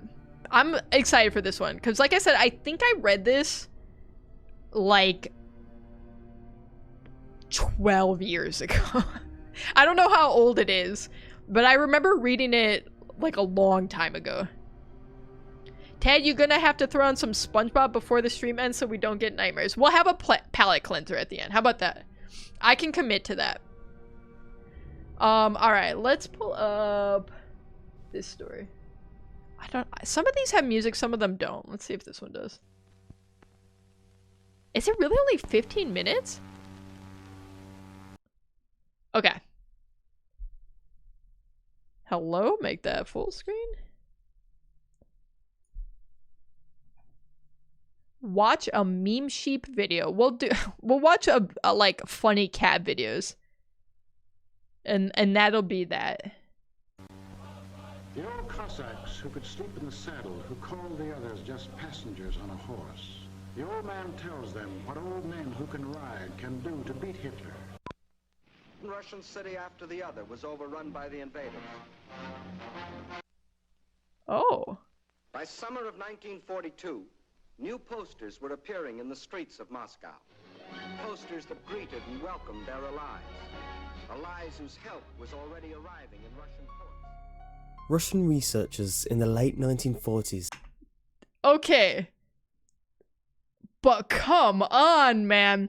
The production quality of this already is crazy. Dude, they started off so... I'm impressed. This is already better than Jeff the Killer. This is crazy. This is off the charts. My God, Kept okay. 5 people awake for 15 days using an experimental gas-based stimulant. Oof. They were kept in a sealed environment to carefully monitor their oxygen intake so the gas didn't kill them, since it was toxic in high concentrations. This was before closed-circuit cameras, so they only had microphones and 5-inch thick glass porthole-sized windows into the chamber to monitor them. The chamber was stocked with books, cots to sleep on, but no bedding, running water and toilet, and enough dried food to last all 5 for over a month. The test subjects were political prisoners deemed enemies of the state during World War II. Everything was fine for the first 5 days. The subjects hardly complained, having been promised, falsely, that they would be freed if they submitted to the test and did not sleep for 30 days. Their conversations and activities were monitored, and it was noted that they continued to talk about increasingly traumatic incidents in their past. And Okay. They have to stay awake for 30 days? What is the longest any of you have stayed awake for? Because I don't think I've stayed awake more than like 48 hours. It might have not even been 40. It was like around 2 days. Because that's crazy. 5 days? That's insane. Why? Why would you be awake for 5 days? How could you be awake for 5 days? Yeah, about 48 hours for me. Yeah, this was back in my youth. I could never do that now. I could pull an all-nighter just fine. I've done that a lot of times in my life. But like, the second night was not right. Joker hasn't slept in October yet. Joker, do you happen to be in a holding cell with 5-inch thick glass? Can you confirm or deny? We're in the Paraguay sleep experiments now. Typing in chat for the algorithm. Thank you, Joker, for typing in the chat for the algorithm. It's just a shuriken Twitch. It's not a symbol of hate, we swear. Okay. I was in Boy Scouts and we were on a canoeing trip, and they just let you stay up 5 days? What is it, like boot camp in the Marine Corps or something? My God. And the general tone of their conversations took on a darker aspect. Also, what were you up for 3 days for, Comb? Because that's crazy. After the 4-day mark. After 5 days, they started to complain about the circumstances and events that led them to where they were, and started to demonstrate severe paranoia. They stopped talking to each other and began alternately whispering to the microphones and one-way mirror portholes. Oddly, they all seemed to think they could win the trust of the experimenters by turning over their comrades, the other subjects in captivity with them. At first, the researchers suspected this was an effect of the gas itself. After 9 days, the first of them started screaming. He ran the length of the chamber repeatedly, yelling at the top of his lungs for 3 hours straight. He continued attempting to scream, but was only able to produce occasional squeaks. Oof. The researchers postulated that he had physically torn his vocal cords. Okay, that is so very brutal. Can you imagine? Like, actually physically damaging your vocal cords to the point where, like, you just couldn't make any more noise. That's insane. I was gaming 2020, finished weeks ahead of homework and tests. Okay, what were you playing, though? It's a very important question. What were you playing, Comb? It's technically also the Indian symbol of peace. True. Isn't it a Hindu symbol specifically? I could be wrong. It was kind of like a boot camp. We had a bet going on to see who could stay awake the longest. That is so, like, a teenage boy. It's like such a like kid thing to do. I was up for 2.5 days and I sat down, blinked, and it was midnight. I was in a cold sweat, vision blurry, and I didn't know what year it was. I have a very distinct memory from the one time I stayed up like for 2 days. I was sitting, I was like waiting for class to start. I was sitting in the hallway and I just kept having like micro sleep. Like I just kept going like in and out for like a quarter of a second at a time. And it was like so freaky. And then I got home like a few hours later and I laid down in bed and I slept for 16 hours straight. I was supposed to meet up with a friend later that day. I had like 8 missed calls and I did not stir. I literally did not wake up one single time in that sleep. The whole day and night just came and went. It was Roblox. My friend bet me $100 that I couldn't beat the hardest challenge of a certain game. The game is banned now, so. Yeah, did you win? That's an important question here. The most surprising thing about his behavior is how the other captives reacted to it. Or rather, didn't react to it. They continued whispering to the microphones until the second of the captives started to scream. The 2 non-screaming captives took the books apart, smearing page after page with their own feces and pasted them calmly on the glass portholes. The screaming promptly stopped. So did the whispering to the microphones. After 3 more days passed, the researchers checked the microphones hourly to make sure they were working, since they thought it impossible that no sound could be coming with 5 people inside. The oxygen consumption of the chamber indicated that all 5 must still be alive. In fact, it was the amount of oxygen 5 people would consume at a very high level of strenuous exercise. On the morning of the 14th day... I'm sorry, but what were they doing in there? What do you mean by strenuous exercise? I think somebody might have been stroking their deck in there. The researchers did something they said they would not do to get a reaction from the captives. They used the intercom inside the chamber, hoping to provoke any response from the captives they were afraid were either dead or vegetables. Oh. They announced, "We are opening the chamber to test the microphones. Step away from the door and lie flat on the floor or you will be shot. Compliance will earn one of you your immediate freedom." To their surprise, they heard a single phrase in a calm voice respond, "We no longer want to be freed." Oh. Debate broke out among the researchers and the military forces funding the research. Unable to provoke any more response using the intercom, it was finally decided to open the chamber at midnight on the 15th day.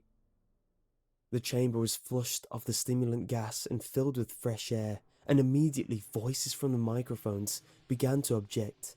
3 different voices began begging, as if pleading for the life of loved ones to turn the gas back on.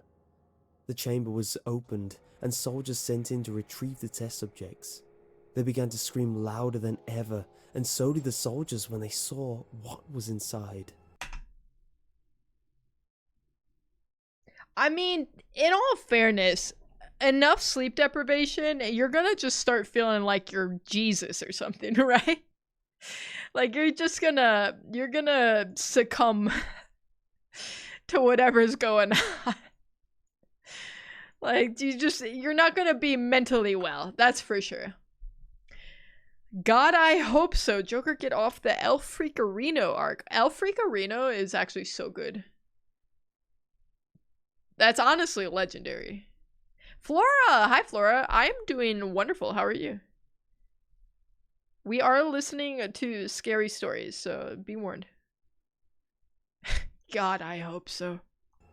4 of the 5 subjects were still alive, although no one could rightly call the state that any of them in life. The food rations past day 5 had not been so much as touched. There were chunks of meat from the dead test subjects' thighs and chest stuffed into the drains in the center of the chamber, blocking the drain and allowing 4 inches of water to accumulate on the floor. Precisely how much of the water on the floor was actually blood was never determined. Right. Okay. So they are having a pool party. If you think about it, that's kind of fun. I mean, you gotta find ways to, like, you know, lighten up your sleep experiment, I feel like. Yeah? All 4 surviving test subjects also had large portions of muscles and skin torn away from their bodies. The destruction of flesh and exposed bone on their fingertips indicated that the wounds were inflicted by hand, not with teeth as researchers initially thought. Closer examination of the position and angle of the wounds indicated that most of it, if not all of them, was self-inflicted. The abominable organs below the ribcage of all 4 test subjects had been removed, while the heart, lungs and diaphragm remained in place. The skin and most of the muscle attached to the ribs had been ripped off, exposing the lungs through the ribcage. All the blood vessels and organs remained intact, but they had been taken out and laid on the floor, fanning out. Are they like arrange it? Like art? This is crazy. 3 to 4 days is when you start to hallucinate. I feel like you definitely could hallucinate before then. I mean, I'm sure the hallucinations become stronger the longer you're awake. But I feel like you start losing a grasp on reality pretty quickly when it comes to sleep deprivation. I used to be able to be up all night and be fine. Now my brain just packs a suitcase and says, I'm gonna head out if I wake up by anything other than my alarm clock. Listen, I just love sleep, Round personally. the eviscerated but still living My brain's bodies always of the like that. subjects. The digestive tracts of all 4 could be seen to be working, digesting food. It quickly became apparent that what they were digesting was their own flesh that they had ripped off and eaten over the course of the days. That's smart, if you think about it. Because it's like infinite calories, right? Because like, if I eat part of my leg and then my body uses those calories and then I just eat, like, it's infinite. You know what I'm saying? Why don't we just do that? Okay, but like in a weird way, doesn't it make you want to try going 3 days to see how your body handles it or what you see? No. I got to 2 days and I think I might have done permanent damage to my brain. Not might, I'm pretty sure I did. I'm still recovering from that, I gotta say. So no, I'm not trying to break my record personally. If I can avoid ever going 1 day without sleep, I definitely try. I love sleep. It's like, of all my like favorite human things to do, it's like eating, and then number 2 is sleeping. And then number 3 is shitting. You know what I'm saying? You guys get it. Most of the soldiers were Russian special operatives at the facility, but many refused to return to the chamber to remove the test subjects. They continued to scream to be left in the chamber, and alternately begged and demanded that the gas be turned back on, lest they fall asleep. Okay. To everyone's surprise, the test subjects put up a fierce fight in the process of being removed from the chamber. One of the Russian soldiers died from having his throat ripped out. Another was gravely injured by having his testicles ripped off and an artery in his leg severed by one of the subject's teeth. Another 5 of the soldiers lost their now lives they want to use their if you teeth. count ones that committed suicide in the weeks following the incident. In the struggle, one of the 4 living subjects had his spleen ruptured and he bled out almost immediately. The medical researchers attempted to sedate him, but this proved impossible.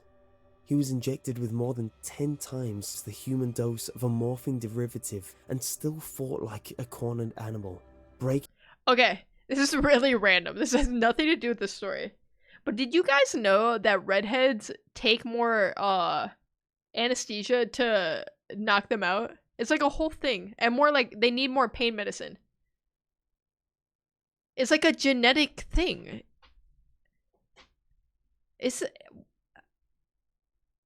It doesn't make sense to my brain. How is that? Oh no, it was 72 hours for me now that I remember. I had an all-nighter at faculty, then a concert and a funeral. Oof, was a long week, that one. Really going through the highs and lows that week. Like, that was really kind of a roller coaster. That's crazy. They're built diffy. Diffy indeed. Loopy redeeming a random item. But I have my random item I want. I thought I was the boss here, but I'm not. It's just Loopy. Loopy gets to dictate everything. What's the item, Loops? Is Loopy going to present it? Loopy often just hands me something. The Canadian stick? I can't show that, Loopy. And if you think about it, you'll know the reason why I can't. It is in the background of stream. But there's carvings on it. This is very cryptic. It is a good walking stick, though.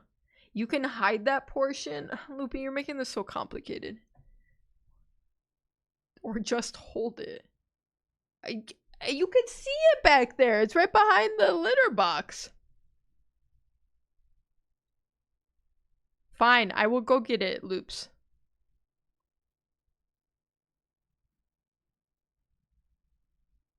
Why that, though? Why that, Loopy? Okay, hold on. I will redeem the random item for you, Loopy. Which apparently you get to choose now. I didn't know. I just love that stick.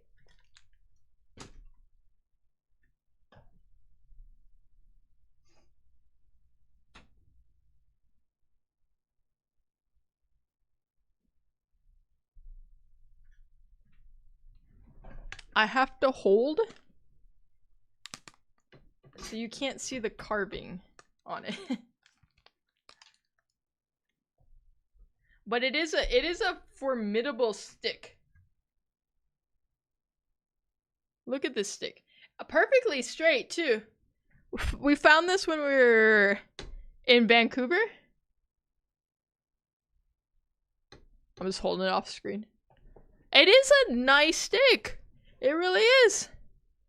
And then, Loopy bore a hole in it. And then it fixed this little, I don't know, leather piece or whatever, suede thing. Here's what it looks like from this side. It's good, huh? That's my stick, which I don't know why Loopy wanted to see this. I sanded it down and stuff, but very straight. That's true. It's nice and smooth. You're not gonna get a splinter on that bad boy. I made a creature that its physical form is like a rubber hose cartoon style cat, but it's basically Bill Cipher's Deals mentality with Pennywise gimmick of making you see your fears, and it's traumatizing low-key. Well, why would you make that then? Why would you do that? I just missed it? You could visit any time. It's just in here. It's not like I've been withholding the stick from you. I wouldn't ever do that, Loopy. That's a stick if I've ever seen one. Well, have you ever seen a stick? How do I know? That's one of my characters in my OC lore. Like the show, the OC? Whoa. I didn't know you worked on that. Okay, back to sleep experiment. In the ribs and arms of one of the doctors, when the heart was seen to beat for a full 2 minutes after he had bled out to the point where there was more air in his vascular system than blood. Even after it stopped, he continued to scream and flail for another 3 minutes, struggling to attack anyone in reach and repeating the word more over and over, weaker and weaker, until he fell silent.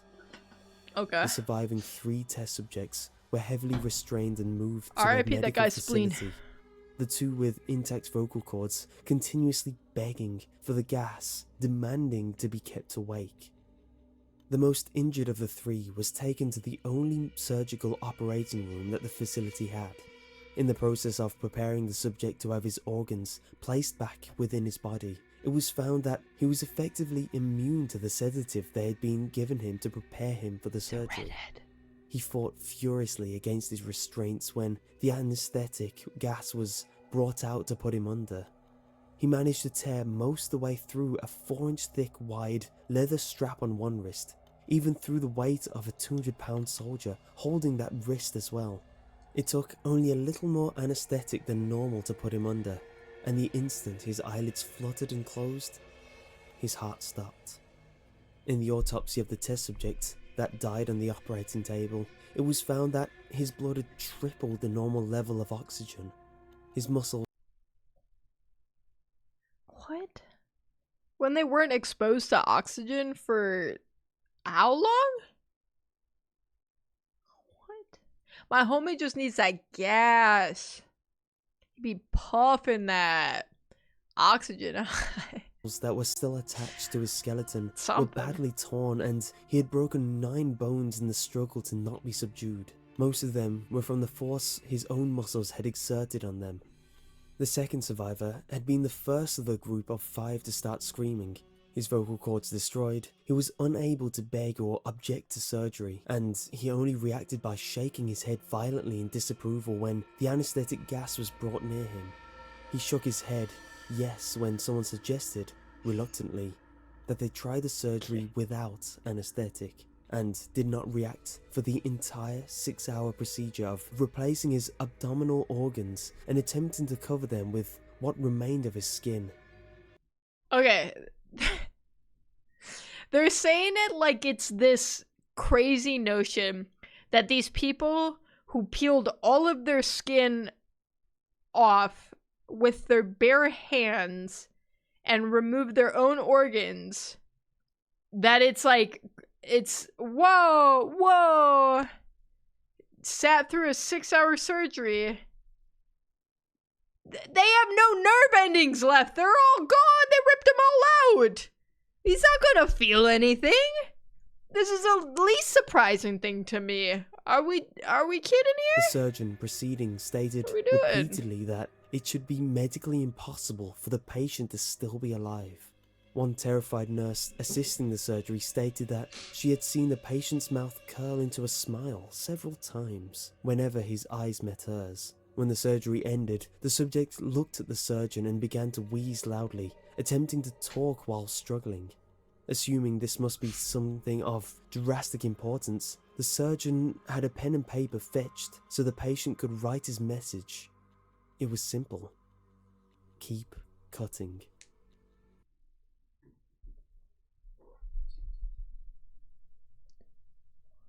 What the hell?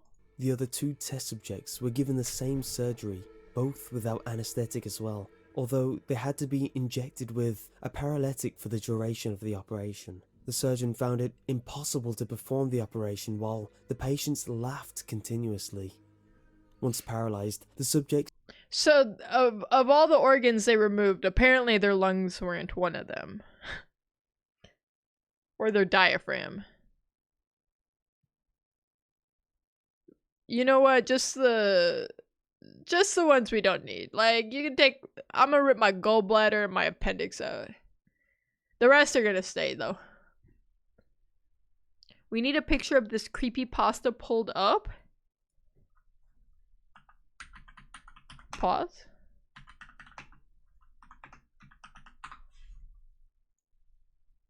Oh!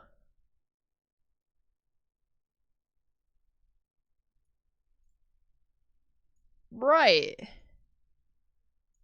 This is the picture in question.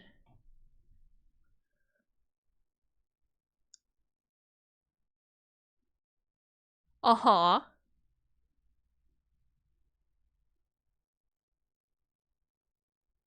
No, it's good. That's fine. Grandma! Is this Grandma Margaret? Oh, Airly's not here. Airly's not here for this. could only follow the I hated that, attending though. researchers with their eyes.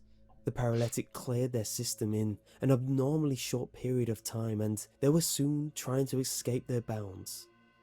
The moment they could speak, they were again asking for the stimulant gas. The researchers tried asking why they had injured themselves, why they had ripped out their own guts, and why they wanted to be given the gas again. Why? Only one response was given. Why? I must remain awake. All three subjects' restraints were reinforced and they were placed back into the chamber, awaiting determination as to what should be done with them. The researchers, facing the wrath of their military benefactors. Okay. I'm not saying this is the moral thing to do. But if you tell me that these people stayed awake for like 30 days, ripped off all their skin, pulled out all their organs, are still alive, out here saying, one more round, keep me going, keep me awake. I can't put them under anesthesia. They're just perma awake. I'm burying them in concrete in underground, like 300 feet in a bunker. I'm not messing with that. And I'm sorry. I know that's messed up because these were POWs apparently. Okay. And RIP. Okay, RIP. But I'm not messing with whatever this is. I'm not. I'm just not. Is that fair to say? Put me in, coach. That line makes my skin crawl. I must stay awake. I saw that picture with jump scares and screamers in the past. I don't remember ever seeing this picture. Maybe I have, but I don't know. Like, that ain't human, dog. We dealing with some cultist shit. I'm gonna throw these MFers in a well and make them eat each other. That's what I'm saying. They have to be underground somewhere, away from us.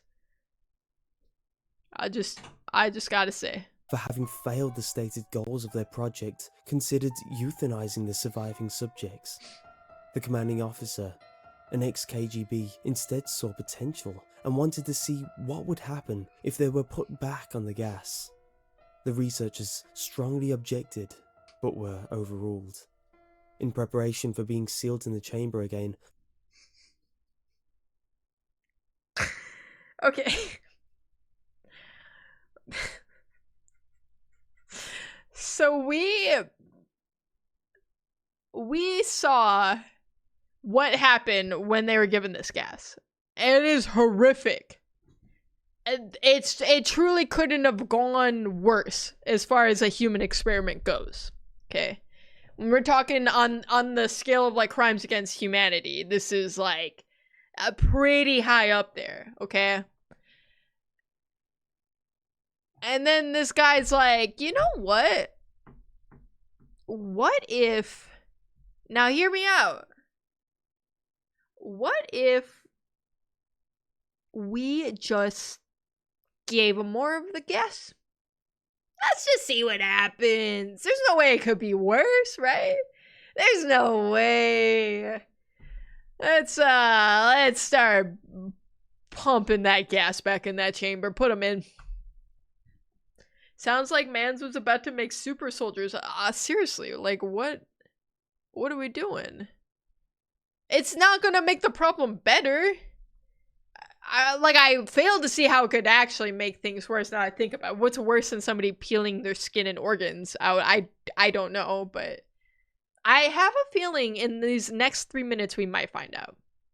The subjects were connected to an EEG monitor and had their restraints padded for long-term confinement. To everyone's surprise, all three stopped struggling the moment it was let slip that they were going back on the gas. It was obvious that, at this point, all three were putting up a great struggle to stay awake. Oh my god. I know what the gas is. It's meth. They just pumped the chamber full of methamphetamine, and that's why they're staying awake. They're addicted. Of course they're like fiending, they're clawing at their skin. They just want to get back in there. They need their fix, dog. I figured it out. One of the subjects that could speak was humming loudly and continuously. The mute subject was straining his legs against the leather bonds with all his might. First left, then right, then left again, for something to focus on. The remaining subject was holding his head off his pillow and blinking rapidly. Having been the first to be wired to the EEG, most of the researchers were monitoring his brainwaves in surprise. They were normal, most of the time, but sometimes flatlined inexplicably. It looked as if he were repeatedly suffering brain death before returning to normal. As they focused on paper, scrolling out of the brainwave monitor, only one nurse saw his eyes slip shut at the same moment his head hit the pillow. His brainwaves immediately changed to that of deep sleep, then flatlined for the last time as his heart simultaneously stopped. The only remaining subject that could speak started screaming to be sealed in now. His brainwaves showed the same flatlines as one who had just died from falling asleep. The commander gave the order to seal the chamber with both subjects inside, as well as 3 researchers. What? Dog, don't tell me that I'm a freaking scientist and you're saying my assignment is to go into this chamber that just caused all these people to claw their skin and organs out. That's crazy. That's actually so crazy.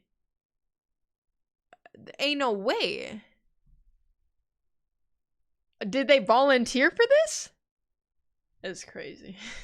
That's R.I.P. those guys. Of the named 3 immediately drew his gun and shot the commander point blank between the eyes. Then turned the gun on the mute subject and blew his brains out as well. Yeah. He pointed his gun at the remaining subject, still restrained to a bed, as the remaining members of the medical and research team fled the room. "I won't be locked in here with these things, not with you," he screamed at the man strapped to the table. Damn, okay, that's kind of brutal when you think about it. Because this guy who's strapped to the table did not ask for any of this, for the record. He was a prisoner, and the Russian government or military decided they were going to do these very unethical experiments on them. And now he's like dogging on this guy. He didn't ask to be here. I mean, he is now, but that's because he was so messed up that he's got to stay awake. It's not his fault, though. Like, don't come at me like that. Like, I put myself in the situation. Bro got called a thing for no reason. Honestly, it's kind of a stray that he's catching. Make some friends, buddy. Maybe they should put Randy, Troy, and Keith in there. Dude, it would be so good. What are you? Perfect. He demanded. I must know. The subject smiled. Have you forgotten so easily? The subject asked. We are you. We are the madness that lurks within you all, begging to be free at every moment in your deepest animal mind. We're getting kind of existential here. I mean, it's an interesting take for the story. So it's not like this mystical thing.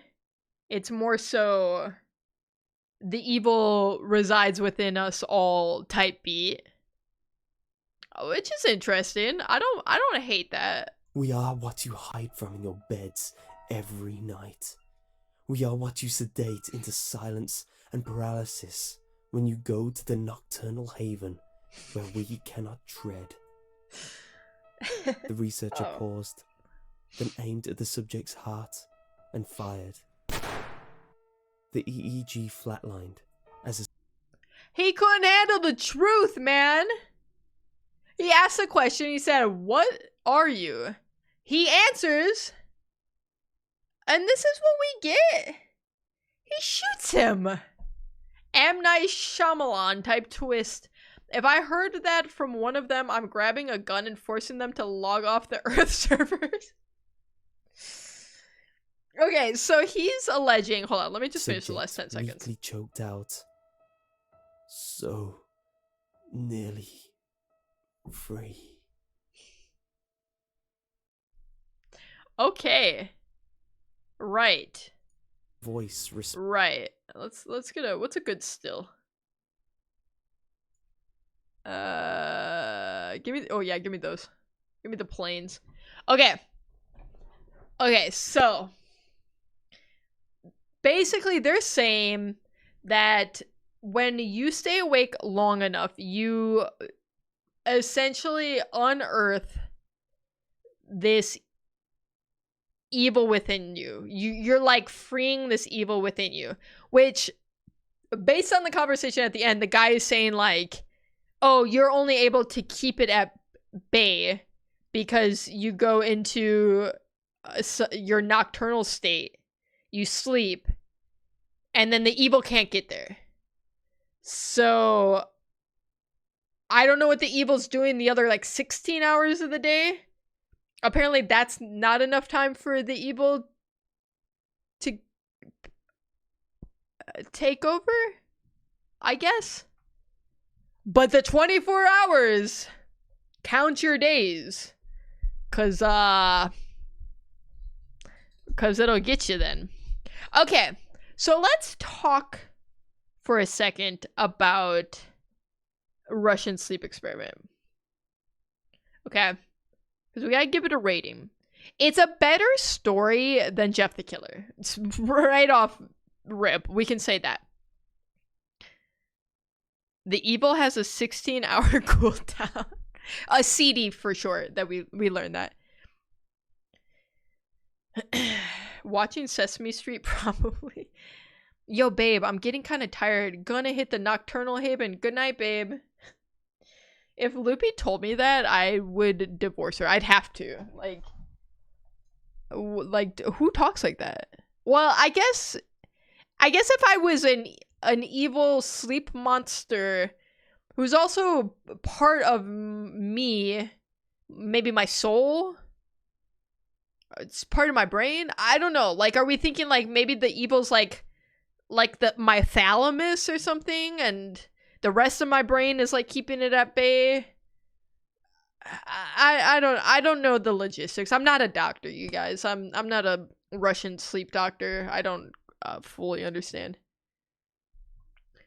But okay, so I think it's written better. The story overall is better because it feels very realistic. Like, it feels like a true story. Whereas Jeff the Killer always felt like a story, like nothing. It's whatever. You know what I'm saying? Like, it sounded like somebody made it up.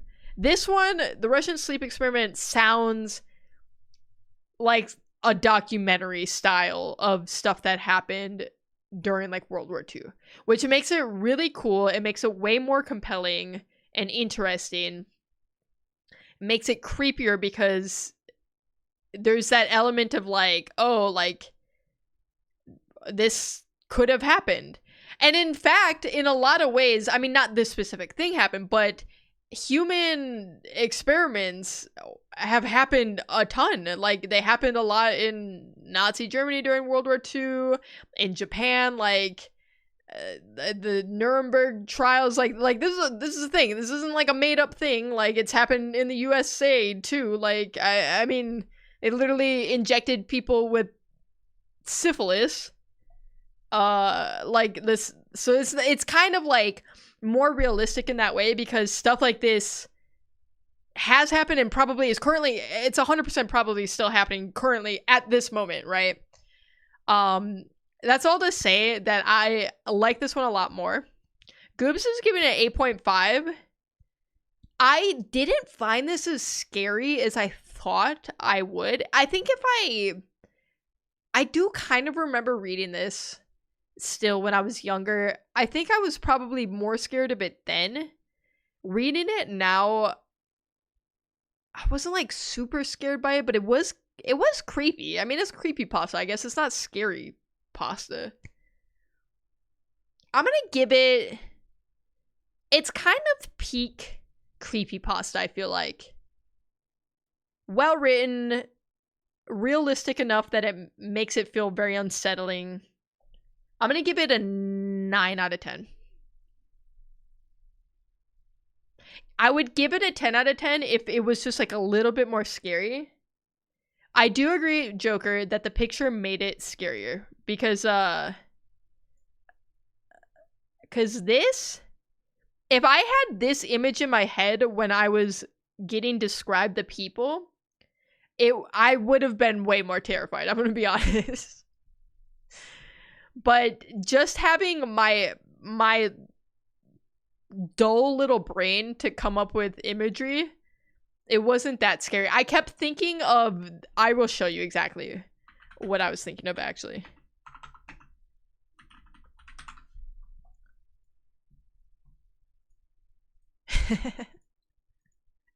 I was thinking a feral ghoul from Fallout, which is substantially less scary.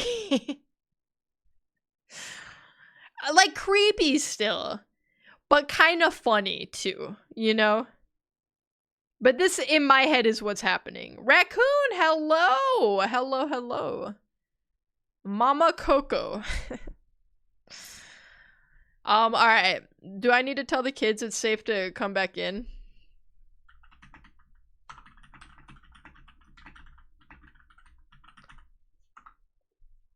Airly and Combe had to depart because they got too scared at the Russian sleep experiment. So I'm gonna give it, let me write it down. Russian sleep experiment is, I'm giving it a 9 out of 10. Tell them to come back in and then have that picture pulled up. Okay, I'm not gonna lie, I did think about it. But I think that's too mean. It's past their bedtime. It's almost certainly past Airly's bedtime. She got school and stuff. Okay, so next we have, I think I'm going to do Sonic.exe. No vote on this one. I want to do Sonic.exe. Which this is another one I've never heard of before. I just came across it. And I was like, damn, I like Sonic. I got a Sonic emote. I got 2 Sonic emotes, in fact, I think. Oh, let me check. Let me confirm. I do. I have 2 Sonic emotes. So I was like, this would be perfect. This is a perfect creepypasta.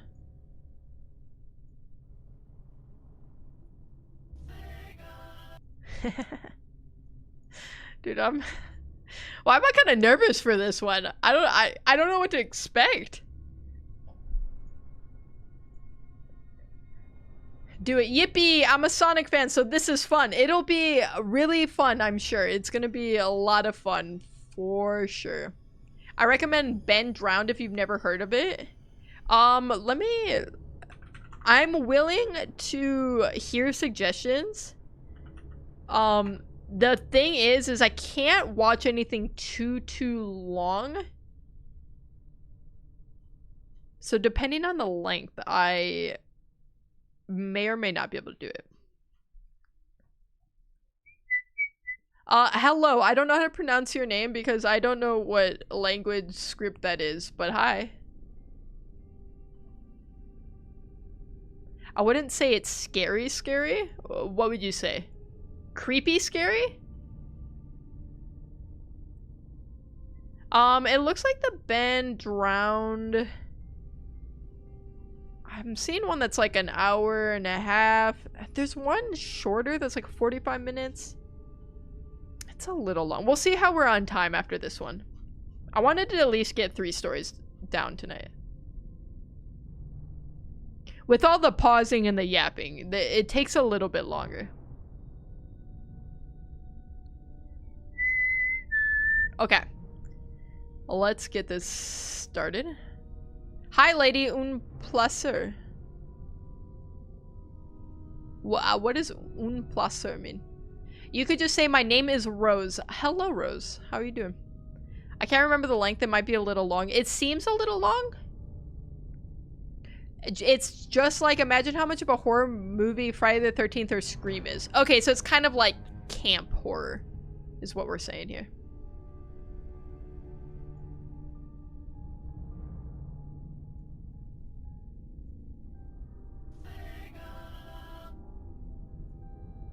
Do we have creepy music in the background? I'm a total Sonic the Hedgehog fan, much like everyone else.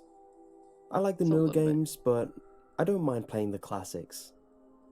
I don't think I've ever played glitchy or... Okay, I'm gonna stop and say immediately. I have a Sega Genesis. And I have the original Sonic, and I love that game. So good. I can not scary, but it's a horror movie still, if that makes sense. Yeah, like suspenseful in a way. Hacked games before, though I don't think I want to play any after the experience I had. It started on a nice summer afternoon. I was playing Sonic Unleashed. I like how you get to explore the towns in it. Until I noticed, out of my peripheral vision, that the mailman had arrived and put something in my mailbox as usual and left.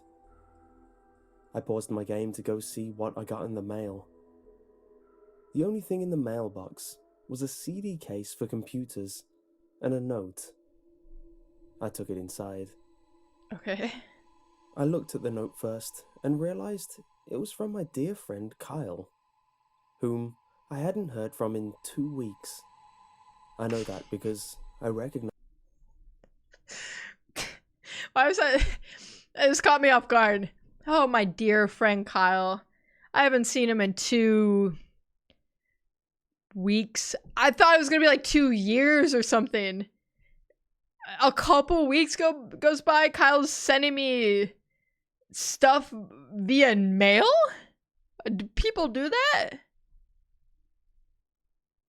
What the fuck is up, Kyle? Haven't seen him in a couple of hours. Man, it's been like a couple moments since I've seen my boy Kyle. I'll miss that, bro. His handwriting. Miss that, bro. Though what was weird is how it looked. It looked badly written and scratchy and somewhat difficult to read. as if Kyle was having a hard time writing it down and did it in a hurry. This is what he wrote. Tom, I can't take it anymore. I had to get rid of this thing somehow before it was too late, and I was hoping you'd do it for me. I can't do it. He's after me. What? And if you don't destroy the CD, he'll come after you too. He's too Right. fast for me. Please, Tom, destroy this godforsaken disc before he comes after you too. It's too late for me. Destroy the disc, and you'll destroy him. Why can't Kyle destroy the disc? Why does he have to send the curse to me? And it's my problem now. Now I have to destroy the disc. Now, yeah, like I don't have enough chores to do, Kyle. This is why I haven't seen you in 2 picoseconds, Kyle. 'Cause of stuff like this, okay? God, Kyle. It was too late for him, bro.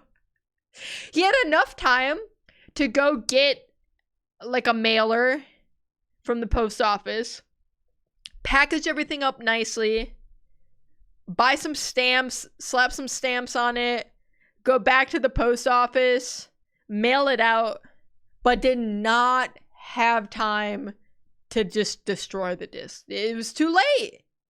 He ran out of time between the buying the stamps and mailing out the package.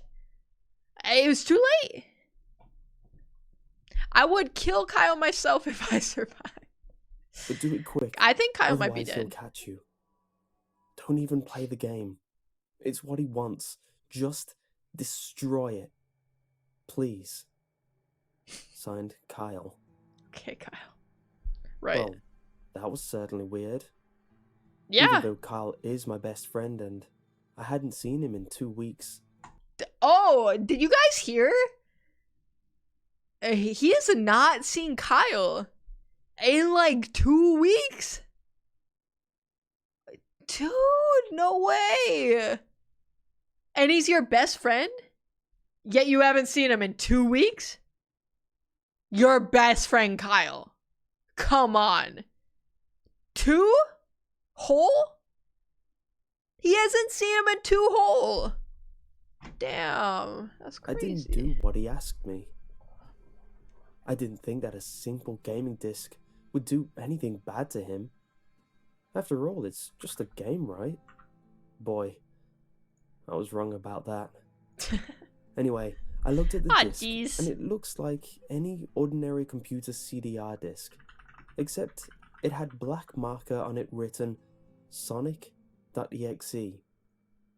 And it was much unlike Kyle's handwriting, meaning that he must have gotten it from someone else, like a pawn shop or eBay. Okay. Did anyone else mishear that? Because what I just thought I heard is crazy. Love your best friend, buddy old pal Kyle, fake off friend. Kyle's too busy playing Sonic? Maybe. Or maybe he's a fake friend. When I saw Sonic on the writing of the CD, I was actually excited and wanted to play it, since I am a big fan of Sonic. He did mention that he really loved Sonic. And in fact, he was just playing Sonic Unleashed because he likes to explore the city. I went up to my room and turned on my computer and put the disc in and installed the game. Bro, how dumb do you have to be? He gives you one instruction. Your best friend, Kyle, gives you one instruction. The only thing he's ever asked of you. Ever! Kyle, your best friend has only asked one thing. Don't play the game. And what does he do? He doesn't even have to think about it. He doesn't even respect Kyle and his wishes. He immediately is like, F my best friend Kyle, who I haven't seen in 2 weeks. I'm gonna play that Sonic game. When the title screen popped up, I noticed that it was the first Sonic game. I was like, awesome. Because like I said earlier, I like the classics. Right. The first thing I noticed that was out of place was when I pressed start. There was a split second when I saw the title image turn into something much different. Something that I now consider horrifying, before cutting to black. I remember what the image looked like in that split second before the game cut to black. The sky had darkened, the title emblem was rusted and ruined, and the Sega 1991 was now instead Sega 666, and the water had turned. That's the number of Mr. Beast or whatever. The scary number. Oh my god. Well, now he's gonna die. Low key, this is Kyle's dumbass fault, bro, because he sent this game to his best friend, who he hasn't seen for 2 weeks, by the way, who he knows is a Sonic fiend. I know, he could have sent it to like some old grandma, right? Who wouldn't even know what a CD-ROM is. Instead, he sends it to like the one guy who would not be able to help himself. Not a great plan. Not a great plan. Red, like blood, except it looked hyper-realistic. But the freakiest thing that was in that split-second frame was Sonic. His eyes were pitch black and bleeding, with 2 glowing red dots staring right at me, and his smile had stretched wider up to the edge of his face. Oh, Jeff the Killer. I was rather disturbed about that image when I saw it, though I figured that it was just a glitch and forgot about it. After it cut to black, it stayed like that for about 10 seconds or so. And then another weird thing happened. The save file select from Sonic the Hedgehog 3 popped up, and I was like, what the hell? What's this doing in the first Sonic game? Anyway, then I noticed something off. The background was the dark, cloudy sky from the Bad Stardust Speedway level from Sonic CD, and there were only 3 save files. The music was that creepy Caverns of Winter music from Earthbound, only it was extended and seemed to have been in reverse. And the image for the save file where you see a preview of the level you're on is just red static for all 3 files. What freaked me out more was the character select. It showed only Tails, Knuckles, and to my surprise, Dr. Robotnik. Now I was sure that... He's saying this freaks him out the most? Not the Sonic with the bleeding eyes and it's saying Sega 666. That's like whatever. But what really got him was Dr. Robotnik? Huh? In my Sonic? Los, hello. How you doing? Salt might still be around. It's like putting me into a room with some Pizza Hut New York style pizza and telling me not to eat it, bro. Yeah, it ain't gonna happen. I'm munching on at least 2 slices. Dude, whoever's playing the game in the back room is low-key buns at the game. I didn't want to say anything because I don't want to make him feel bad, but... yeah, a little bit. Something was up. I mean, how can you play as Robotnik in a classic Sonic game, for crying out loud? For crying out loud! Dr. Robotnik, what does this world come to, man? It's unbelievable. It's crazy. How you doing, Los? That's when I realized that this wasn't a glitchy game. It was a hacked game.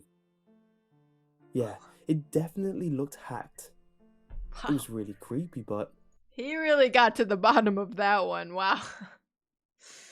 Good job, Kyle's best friend. You really cracked that case. Incredible. Just bravo. As a smart gamer, I wasn't scared. Or at least I tried not. Bro, you just said you were scared. Am I tripping? To be. I can't with this guy. I told myself that it was just a hacked game, and there's nothing wrong with that. Anyway, shaking off the... Okay. He is so scared and worked up over seeing just like a silly image of Sonic with his eyes bleeding for a split second on a hack game, and then being able to play as Dr. Robotnik. This is what's got him literally trembling in his booties right now. I mean, I fear I can't take this guy very seriously. Is this scary? I don't think this is, and none of this is scary. A little weird, maybe. Odd. But not even really that creepy or anything. I don't know. Creeped out feeling, I picked file 1 and chose Tails. And when I selected, I got started. As The one game does. froze for about 5 seconds, and I heard a creepy, pixelated laugh that sounded an awful lot like that Kefka guy from Final Fantasy, before cutting to black. The screen stayed black for about 10 seconds or more, then it showed the typical level title thing, except the simplistic shapes that were different shades of red, and the text showed only Hill, Act 1. The screen faded in, and the level title vanished, revealing Tails in the Green Hill Zone from Sonic 1. The music was much different though. It sounded like a peaceful melody in reverse. Anyway, I started playing and had Tails start running like you would in any of the classic Sonic games. Guys, you're never gonna believe it. Then I played the game. The horror! The horrors! I played the game as Tails! Who's the first people in live stream? You mean like who's number 1? On the leaderboard? That would be Raccoon. Bye, Ted. Am going Salt House. Okay, hell yeah, brother. See you later. What was odd was that, as Tails was running along the level, there was nothing but flat ground and a few trees for 5 minutes.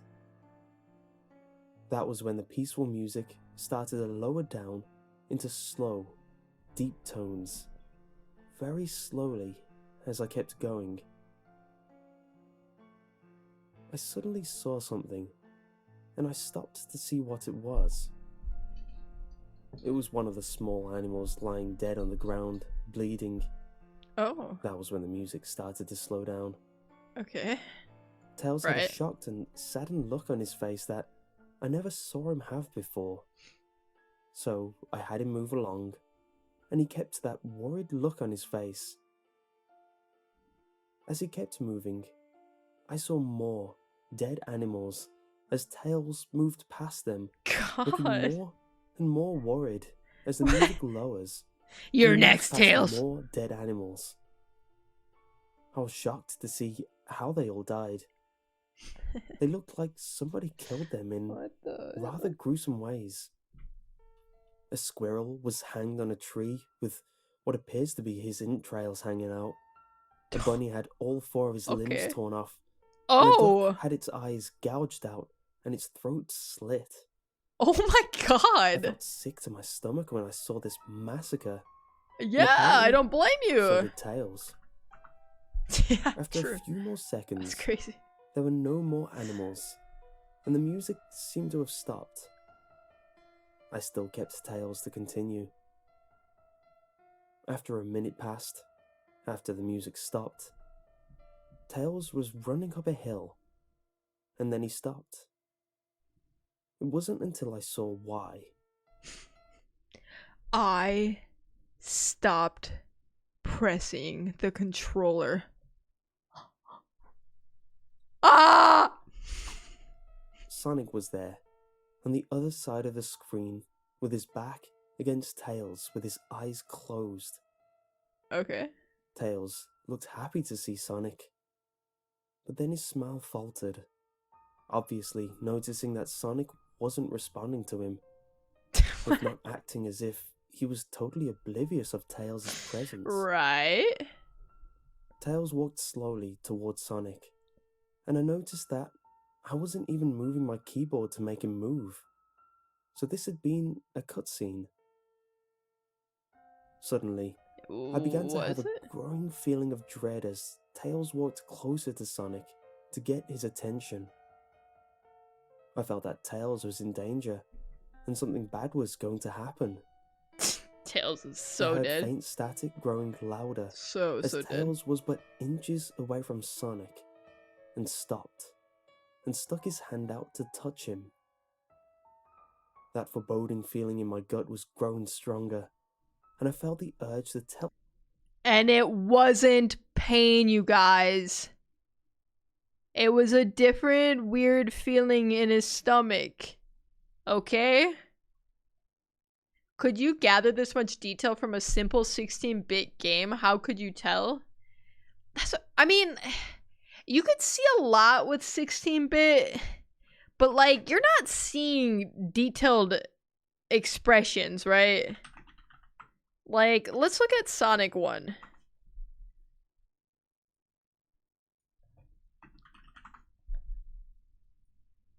I mean, like, you kind of can, but like, also not really. You gotta think, too, back in the day, you're playing this on, some, like, old-ass CRT. I guess that's not the case in this story, because he played it on his computer. Also, hold on, now that I think about it, what do you mean this guy is like, he's got a CD that he puts in his computer for Sonic 1, and it takes him like 5 minutes before he realizes, oh, this is a hack game. Bro, they didn't make it for the computer. Ever. It was obviously on the Sega Genesis. What is this guy on about? Like, it would have to be hacked. There's no other way that you are playing Sonic 1 on a computer otherwise. Like, buddy. He doesn't seem like the brightest crayon in the box, is all I'm saying. He's not the sharpest light bulb in the shed or whatever. Isn't there an actual Sonic.exe gameplay? Probably. Goobs says yes. I played it on Sonic on the computer. Sonic 1 on the computer. Original. I mean, like, the wounds, he says the animal's throat was slit, bro, and one's intestines were torn out. How could you tell? I mean, I feel like you could kind of tell stuff. Not, like, super well, but 16-bit was alright for detail. Suddenly, in a split second, I saw Sonic's eyes open, and they were black, with those red, glowing dots. Just like that title image, though. It's Jeff the Sonic. Oh when that happened, the screen turned black and the static sound was off.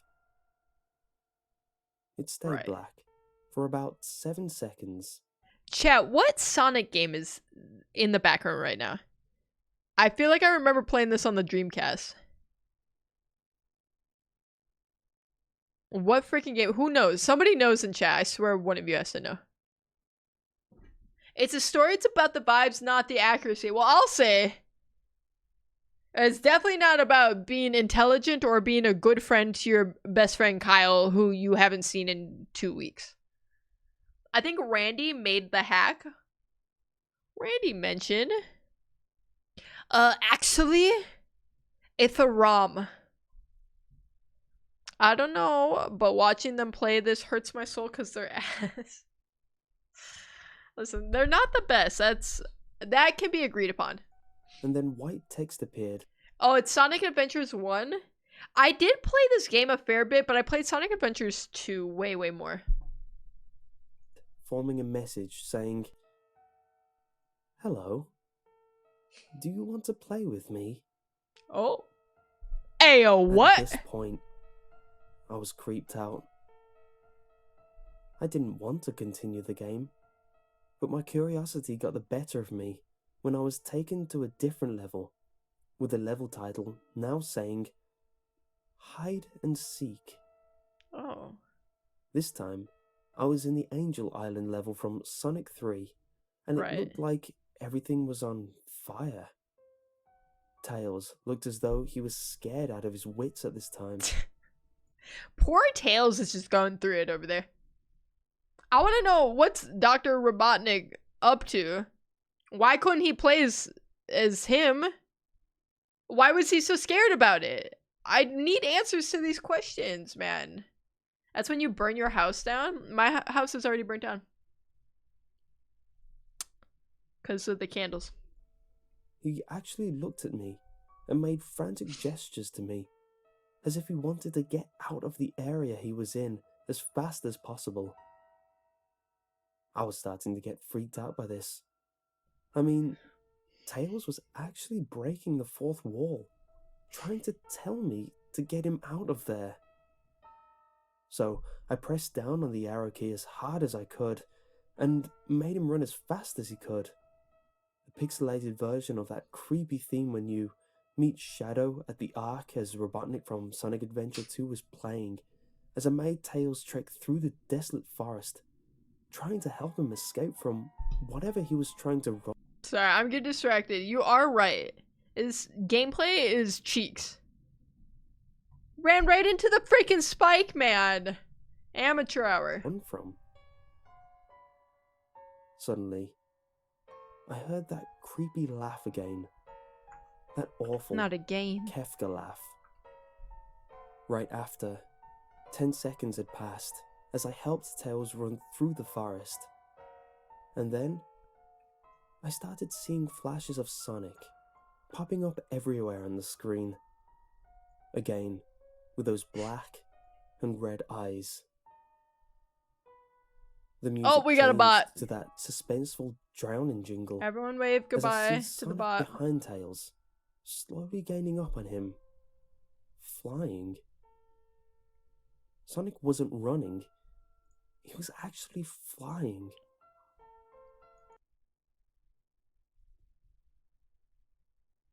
He was flying like a beautiful butterfly. Oh my god. Dog. That's so scary. Oh my god.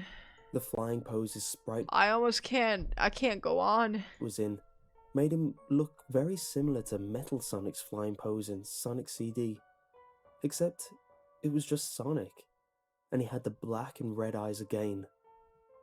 Only this time, he had the most deranged looking grin on his face. He looked as though he was enjoying the torment he was giving the poor little fox as he gained up on him. Suddenly, when Tails tripped, another cutscene, the music stopped, and Sonic vanished. Tails lay there and started crying for 15 seconds. Oh. The screen was rather upsetting to Aw, watch, and I kind of teared up Tails. myself. But then Sonic appeared right in front of I honestly always loved Tails so much growing up because I thought Tails was so cute. Sonic's not that cute. But Tails is so baby girl. He was Super Sonic. He had all the Chaos Emeralds.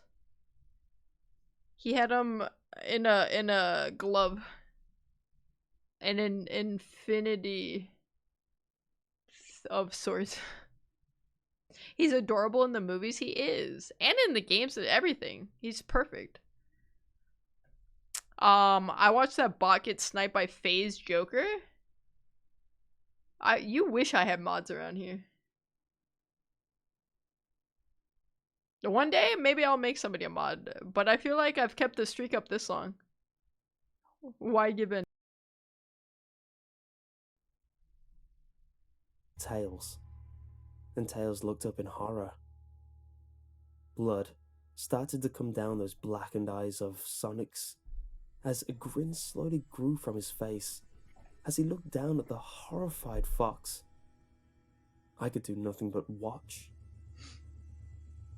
Just in a split second, Sonic lunged at Tails right before the screen went black. Oh. There was a loud screeching noise that only lasted 5 seconds. The text returned, only this time it said, "You're too slow. Want to try again?" And then that god-awful laugh came with it. This is unrelated to the creepypasta. But for some reason, my whole office smells like hot dogs right now. And I can't explain it. And I don't know what Loopy could... There's no way Loopy's cooking right now.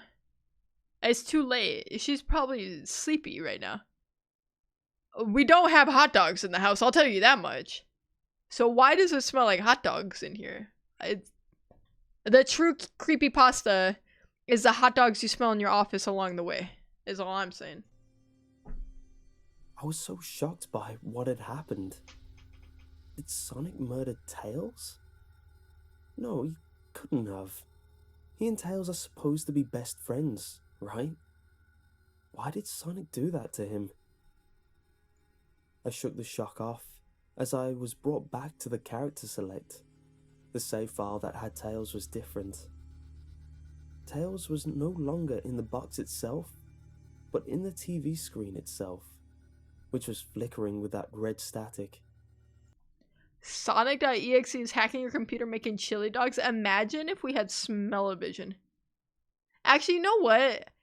I don't think any game is gonna benefit from that. Like, imagine playing Skyrim and then everyone just smells like unwashed ass. I don't want that kind of immersion, actually, now that I think about it. Tails' expression scared me. Like, I'm good. His eyes were black and bleeding. His orange fur had gone black, and he had an expression of anguish on his face. Trying to ignore it, I picked Knuckles next. The laugh came again, and the screen cut to black again, and stayed there for another 10 seconds.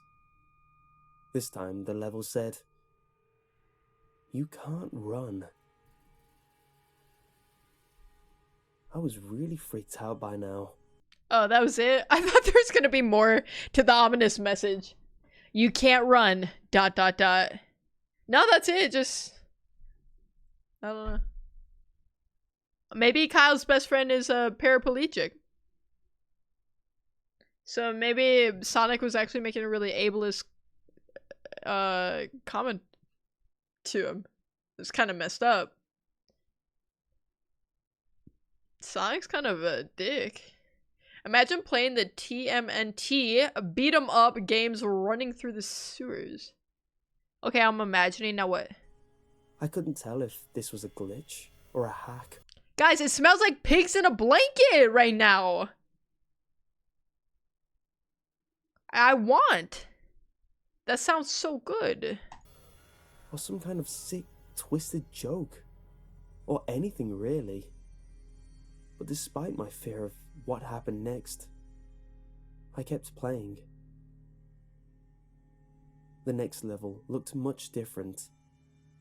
It had the ground of the Scrap Brain Zone, but the sky background looked like the main menu. It had the dark, reddish, cloudy sky. But it was the music that creeped me out the most. It sounded like Geiger's theme, right after you... Dude, you're so right. Man, the person playing this game sucks so bad. It's actually making me angry. I want pigs in a blanket. That's what I call myself when I go to bed at night, all wrapped up all cozy. Just a little pig in a blanket. Beat Pokey and Earthbound. I also noticed that Knuckles looked afraid, just like Tails did, though not as much. More rather, he looked a little unnerved. He broke the fourth wall just like Tails, and looked as if he wasn't sure about going on. But I made him move anyway. He ran down the straight pathway in this dark level. He's like, okay, he's so empathetic towards Tails. He's like, Tails, I'm gonna get you out of here. Knuckles, he's like, damn, he looks scared. Send him in. Into battle we charge. Some of you may die. But that is a risk I'm willing to take. Gee, thanks, Kyle's best friend. Who hasn't seen him in 2 weeks, by the way. The screen started to flicker red static a couple times, and then that maddening laugh came again. Then, after a few seconds of running, I noticed several bloodstains on the metallic ground. I felt a growing sense of fear again, thinking something horrible is going to happen to Knuckles. He looked nauseated, walking down this blood-stained road, but I still kept him going. Suddenly, as Knuckles ran, Sonic appeared right in front of him with those black and red eyes, and then red static appeared again. When the static vanished, showing nothing but black screen with text saying, "Found you," I was now scared. Sonic found Knuckles already? What was going on?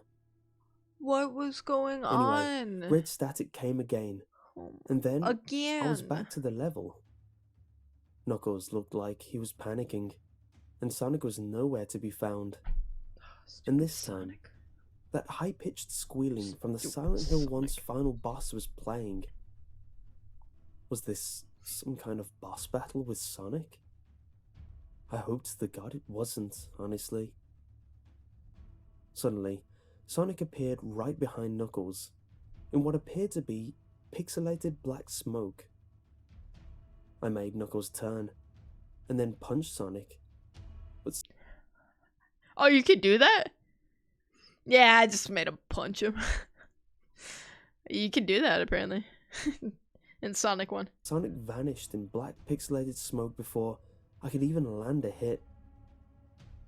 That terrible laugh went off again.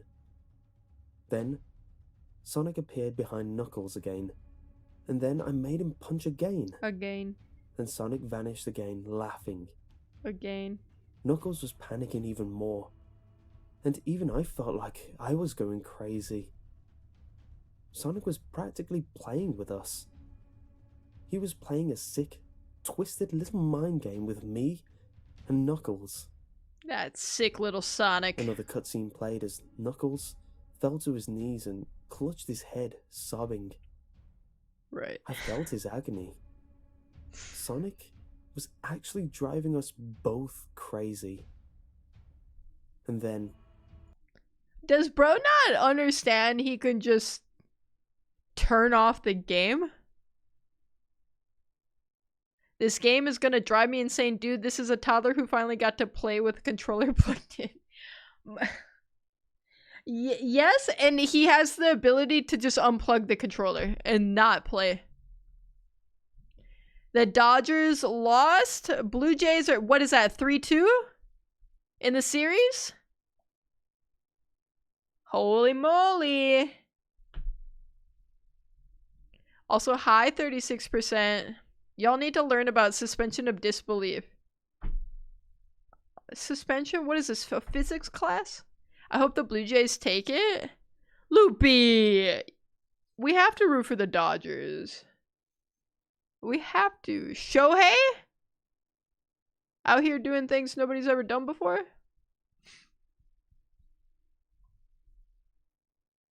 In a split second, Sonic lunged at Knuckles, and the screen went black with another distorted screeching noise that lasted for at least 3 seconds. 3? Another message appeared. Oh my god. So many souls to play with. So little time. Wow. Would you agree? What the hell? He should have done it in Sonic's actual voice. Because it would have been so much funnier. Just what is going on? I started to think Sonic was actually trying to talk to me through the game, but I was too scared to think that. I was brought back to the main menu, and this time, the second file box had Knuckles in the TV screen. His red fur had darkened to a reddish grey, his dreadlocks were dipped with blood, and his... I'm sorry, his dreadlocks?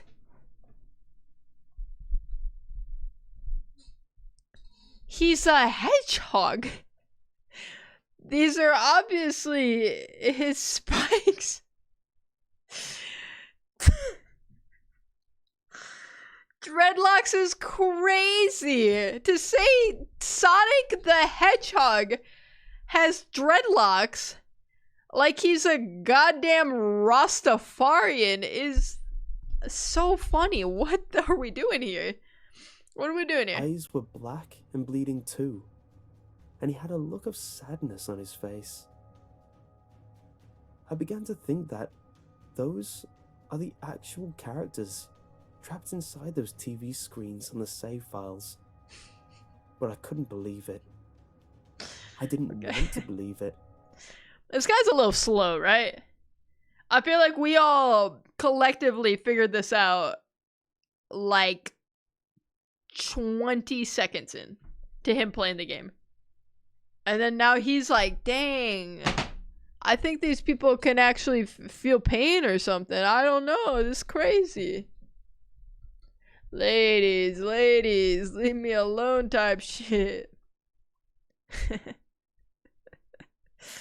Shake them dreads. One more win and the Blue Jays take it. Or 2 more wins and the Dodgers take it. Who knows? It's high level baseball. It could go either way. Dodgers be dodging. To be fair, this does seem like a mod. I don't know. Probably not. It's probably if Tails dies in here, he dies in real life, you know? So, I shut off the game and took a break. I took a nap. Wish I hadn't. Because then, I began to have the most disturbing nightmare. I was in pitch black darkness, though I was under the light given off by a lamp that hung high above my head. I could hear the cries of Knuckles and Tails nearby. Oh. They were saying stuff like, "Help us." And, oh no. "Why did you give us to him?" And, "Run away before he Oh gets my you god. too." Their cries died out, as I then heard Sonic laugh. So I can't get over the guilt tripping. It's not like he meant to. We're not blaming Sonic in this situation. No, it's you. It's your fault. Person who's playing this game for the first time. If you're in pitch black, I think you just close your eyes, homie. Why doesn't he just wake up instead of having a nightmare? Seems kind of stupid and immature. His laugh. It sounded a lot like the distorted Kefka laugh. "You're a lot of fun to play with, kid. Just like your friend Kyle. Though he didn't last long." Hey, I was scared to what? look around for the voice. "Won't be long now until you join him and all my other friends." I saw him walking towards me, flickering in and out in several directions. You know what he should do right now? Cause it's too late for him. What if he goes to the store, buys a mailer, he puts the CD in the mailer, seals it up, goes to the post office to buy stamps, puts the stamps on the mailer, and sends it to his like other best friend. Not Kyle. Of course, because he hasn't seen him in 2 weeks. And then he can write a cool little letter that says, don't play it, destroy it. It's too late for me. Seems really obvious, right?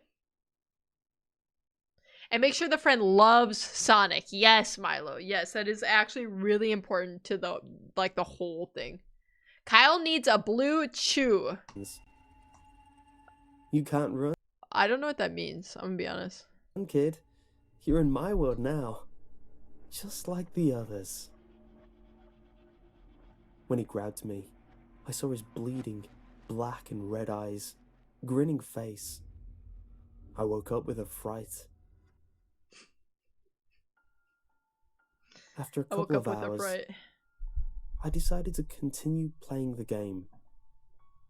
I don't know why, but I had to know. I had to figure out why this was happening. So, I turned on the computer, turned on the game, and selected Robotnik next. Robotnik? Dude. That's so scary, bro. Oh my god. He could play as him? Oh my god, that's crazy. That's I still terrifying. thought that was wacky. Aww. Playing as Robotnik. But anyway, the level title appeared again. It And gave this him a time weird it said, feeling. ... which I found really freaky. This time, I was in some kind of hallway. Didn't really look like it was from any of the classic Sonic games, though it had the pixelated style. The floor was shiny and checkered. The walls were dark, greyish purple, with animated candle lights, and a few dark bloodstains here and there. And there was a dark red curtain hanging above the top part of the screen. Every 12 seconds or so, that red curtain swayed very slowly. But whenever you're playing the game, you can barely see it move. The music was oddly pleasant, a piano playing a rather sad yet peaceful song. Okay. But I knew better. This was the song that played in Hill Act 1, only it wasn't in reverse. Oh Robotnik my god. didn't look entirely nervous like Tails and Knuckles did, Oh my god. but he did have a suspicious look on his face, as if he was just a bit paranoid. And that doctor? Jim Carrey. Bro had to play the game again. Play that game again and again. Play that game again and again. You guys know how it be. He did have a little animation You guys when get it. I just left him standing Where there. my brats at? He turned his head to the left, and then to the right at least twice, and then shrugged at me, as if he had no idea where he was, or where he was going. Even Where though did I he was come from? scared out of my mind. Where did he go? These are the questions that nobody wants to answer. And people are too afraid to ask. Okay. What's up with that? About what was going to happen. I had Robotnik continue onward. He did his usual running animation. You know, when you've beaten him at the end of a classic Sonic game and you chase him. As we continued going through the hallway. Then, I stopped at a long flight of stairs leading downward. Now I was nervous. Even Robotnik seemed unsure of himself. Though, I pressed onward. As I led Robotnik down the stairs, I noticed that the walls have gotten darker and more reddish. The red torches are now an eerie blue. Then, we landed onto another hallway. This one was longer than the last one, or at least it felt like it. Oh my god, not a And longer then we hallway. headed down another flight of stairs. anything but a longer hallway. You know what that means, guys. This one was much longer. You know what that means. Took at least 1 full minute. And then I heard that horrid Kefka laugh again. And then Okay, he keeps referencing a Kefka laugh. I don't know what this means. I need to hear. What does he mean by this? Kefka laugh.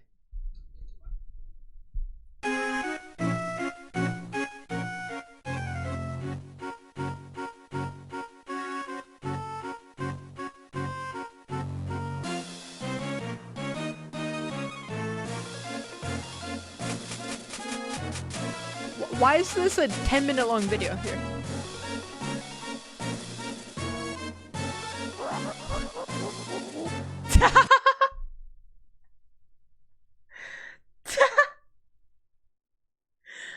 This is the laugh we're scared of? He sounds like Dr. Zoidberg from Futurama. Whoop, whoop, whoop, whoop, whoop, whoop, whoop, whoop. This is what I'm supposed to be afraid of and scared of. Yeah, all right then. That's fine. the music I'll be slowly scared. faded until it was quiet. As it did, the walls turned more dark red, and the torches were a black flame now.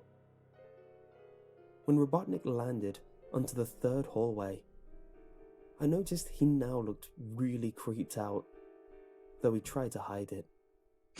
I couldn't blame him. I was scared too. Suddenly, We're in this together, don't worry. Sonic popped right in front of Robotnik, the same way he did Knuckles. And then red static. Oh, great. The red static lasted for about 15 seconds. 15 seconds? The last one was only 3 seconds. You guys, that's like 5 times scarier. Oh, God. Jeez, And then man. it showed me a most I can't go unpleasant on. image.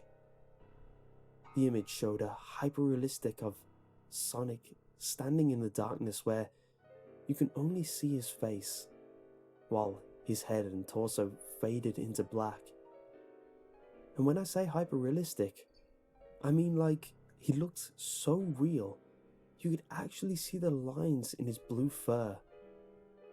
As if you could actually feel the fur if you touched the screen. Okay, that reminds me of, okay, feeling fur through the screen. You guys remember the old, like, TVs? I think they're like the CRT TVs. And they, if you touch them, they feel fuzzy because of all the static. That's what I'm imagining right now. His face. Oh God. He had the most horrifying smile I had ever seen. And that's saying something considering I saw that image at the start of the game. His eyes are wide and black, and once again crying blood, Again. which also looked hyper-realistic. And there were 2 small, glowing red dots in those black eyes, staring right at me, as if staring into my mind. Oh my His God. grin was wide and demonic. Oh, It literally Lord. stretched to the side of his face like a Cheshire cat, except Sonic had fangs. Okay, I know I'm playing around. This actually would terrify me to my core. I actually would be so scared if I was playing the game and Sonic just turned his head so his dreadlocks were behind him and he's facing me now. And I'm seeing just like Jeff the Killer smile essentially from Sonic. That's not right. It would be very freaky. Very sharp I will give this guy this and nothing else. fangs, much like the werehog's teeth, except more vicious looking, somewhat yellowish, and from the look of it, he had stains of blood and small bits of flesh on his lips and fangs, Ugh. as if he ate some animal. Gee, can we maybe connect some dots here? Maybe it was all of the dismembered animals that we passed earlier. Can we rub 2 brain cells together here, buddy? I stared at that gruesome image for a good 30 seconds, never taking my Maybe the dead tails and knuckles? Perhaps? Maybe. eyes off it. I felt as if he was actually looking at me, smiling at me. That face. It just took 10 seconds for it to etch itself into my brain for good. Then, the image flickered with red static again 3 times, and on the 3rd time, I heard the Kefka laugh, except this time, it sounded distorted, demonic even. It went back to the image again, except this time, there was the text again, though it was messed up. But it was pretty much one of the most horrifying things I looked at since I had this game. It read, "I am God." It was when I read that image while looking at Sonic when... I mean, I guess I don't know what God looks like. It could be. It could look like Sonic. Kenji / Dwayne, hello. How are you? I find it funny that the Maple Leafs are a second fiddle in Toronto right now. Always the bridesmaid, never the bride. Now it's from the chili dogs. Sonic loves chili dogs. Don't talk about chili dogs to me right now because that sounds so damn good. I will go find a wiener schnitzel or something to go get one. The laugh sounds like a pigeon low key. Yeah, it's like a cooing noise. It's weird. It hit me. I realized right there and then, this Sonic was a monster. A pure evil, sadistic, all... Nothing gets past this guy, let me tell you. Not a thing gets past him. Powerful, nightmarish, demented monster. And all of his victims, including Tails, Knuckles, Robotnik, and possibly Kyle, are just his little toys. And the game is the very gateway into his chaotic, nightmarish world, and the very hell his victims are trapped in. Suddenly, in an actual split second, I screamed as Sonic lunged at the screen, screeching loudly with his mouth wide open to an unnatural length, revealing nothing but a literally spiraling abyss of pure darkness before the red static came again. This time much louder and distorted. So loud that it hurt my ears. I yelled and grabbed my ears as the red static screeched for a good 7 seconds. 7 seconds? Oh my god. It's insane. Ted, there's a little bacon in the fridge if you want. I made breakfast sandwiches. We got to the bottom of what I was smelling. It wasn't hot dog, it was bacon, which is close. Hello again, Kenji. How are you? Then, it stopped and showed nothing but black screen. As I sat there, staring at the black screen, one last text came up. "Ready for round 2, Tom?" The Kefka laugh. Now sound... His name wasn't even Tom. Oh my god. 6-7 mention? Brother, no, don't give in to the rot. It's too late. more clear, as if We've been Sonic rotted. was right behind me.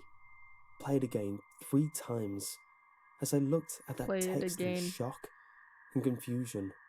Again and again. Then, I got booted back to the main menu, and this time, the 3rd save file had a TV image of Robotnik in the same tormented state as Tails and Knuckles. Robotnik's skin turned a dull grey, his mustache drooped and had blackened, His eyes Oh. broke and blood is coming from them. And he had a Oh. mere dead-like expression on his face. I looked at Tails, Knuckles, and Robotnik, and I cried a bit. I pitied them for the agony they're going through. They were forever trapped within the game, forever tormented by that horrid hedgehog, and always will be. Then the computer shut itself off. I couldn't turn it back on no matter what I did. I sat there for maybe 25 seconds, horrified. All this could have been avoided if he just listened to his best friend Kyle, who he hasn't seen in 2 weeks, and just didn't play the game. He caused this. He was warned against this. He did it anyway. This bastard, Kyle's best friend. What had just happened? Sonic is the very embodiment of evil.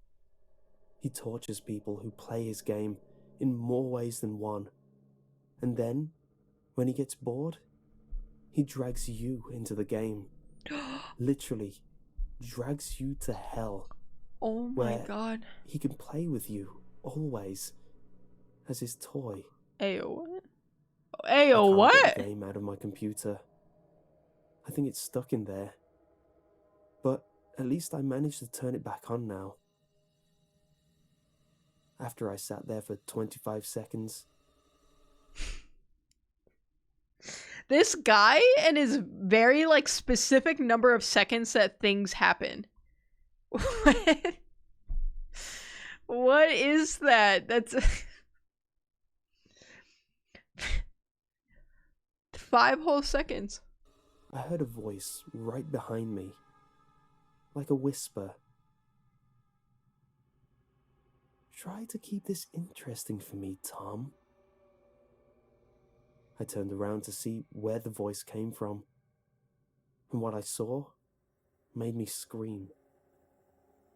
Sitting on my bed, staring right at me, was a Sonic plushie, smiling, with bloodstains under its eyes.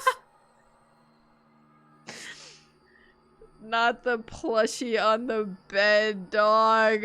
That's so funny. Oh my god. I can't with this. Oh my lord. Okay. We have to give it a rating. Unfortunately, we have to give it a rating. Let me pull up a good background picture. Sega.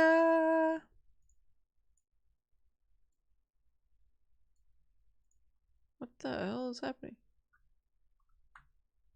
Let me just view the picture in a normal way. What is happening?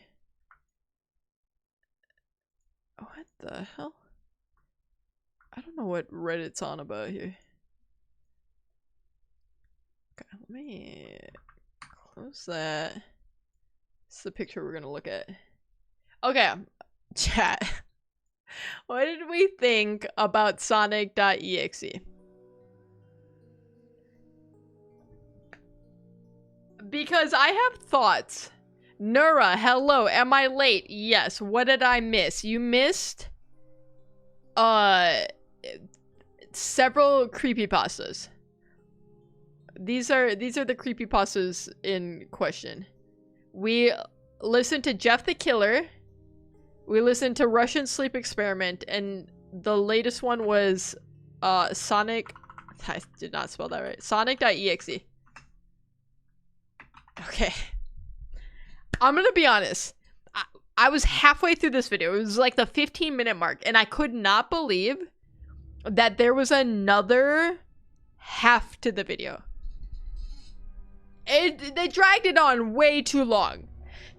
It did not need to be that long of a video or that long of a story. I think there were some elements of it that I liked that were kind of fun. Okay? The idea of like it's like Jumanji type, Sword Art Online type, right? Like, there being real life consequences to a game is kind of like a cool concept. I love Sonic. As stated earlier, I have not one, but 2 Sonic emotes on twitch.tv/TedSchaefers. But I found the narrator to be so deeply frustrating and so annoying to me. I swear to God. Because, first off, dumb as a box of rocks. Let's start there. Homie's so dumb. Which I could get past if, like, he was just unlikable. You know what I'm saying? Real life consequences to a game is just gotcha rules. Wait a minute. You're onto something. Hi, Vixenova. The right term you're looking for is idiotic. I just can't get over the fact that you're saying your best friend sends you something that's like scary to you because you're like, this doesn't really seem like my friend. Like, I don't know, maybe there's something wrong. I'm concerned. He's telling me one thing. He's telling me don't play this game. And he just goes and plays the game. Pisses me off. It makes me angry. Why would he do that? And then he just kept acting surprised. And then, like Goob said, just has a speed running timer up. He's calculating every second, every amount of second that there's red static or Sonic is looking at us. Gotta be gamer. Dude, this guy sucked at gaming because he got everyone killed. He got Tails killed, he got Knuckles killed, and he got Dr. Robotnik killed. They're all dead. Damned for eternity. He probably got Kyle killed for his actions today too. They're all dead.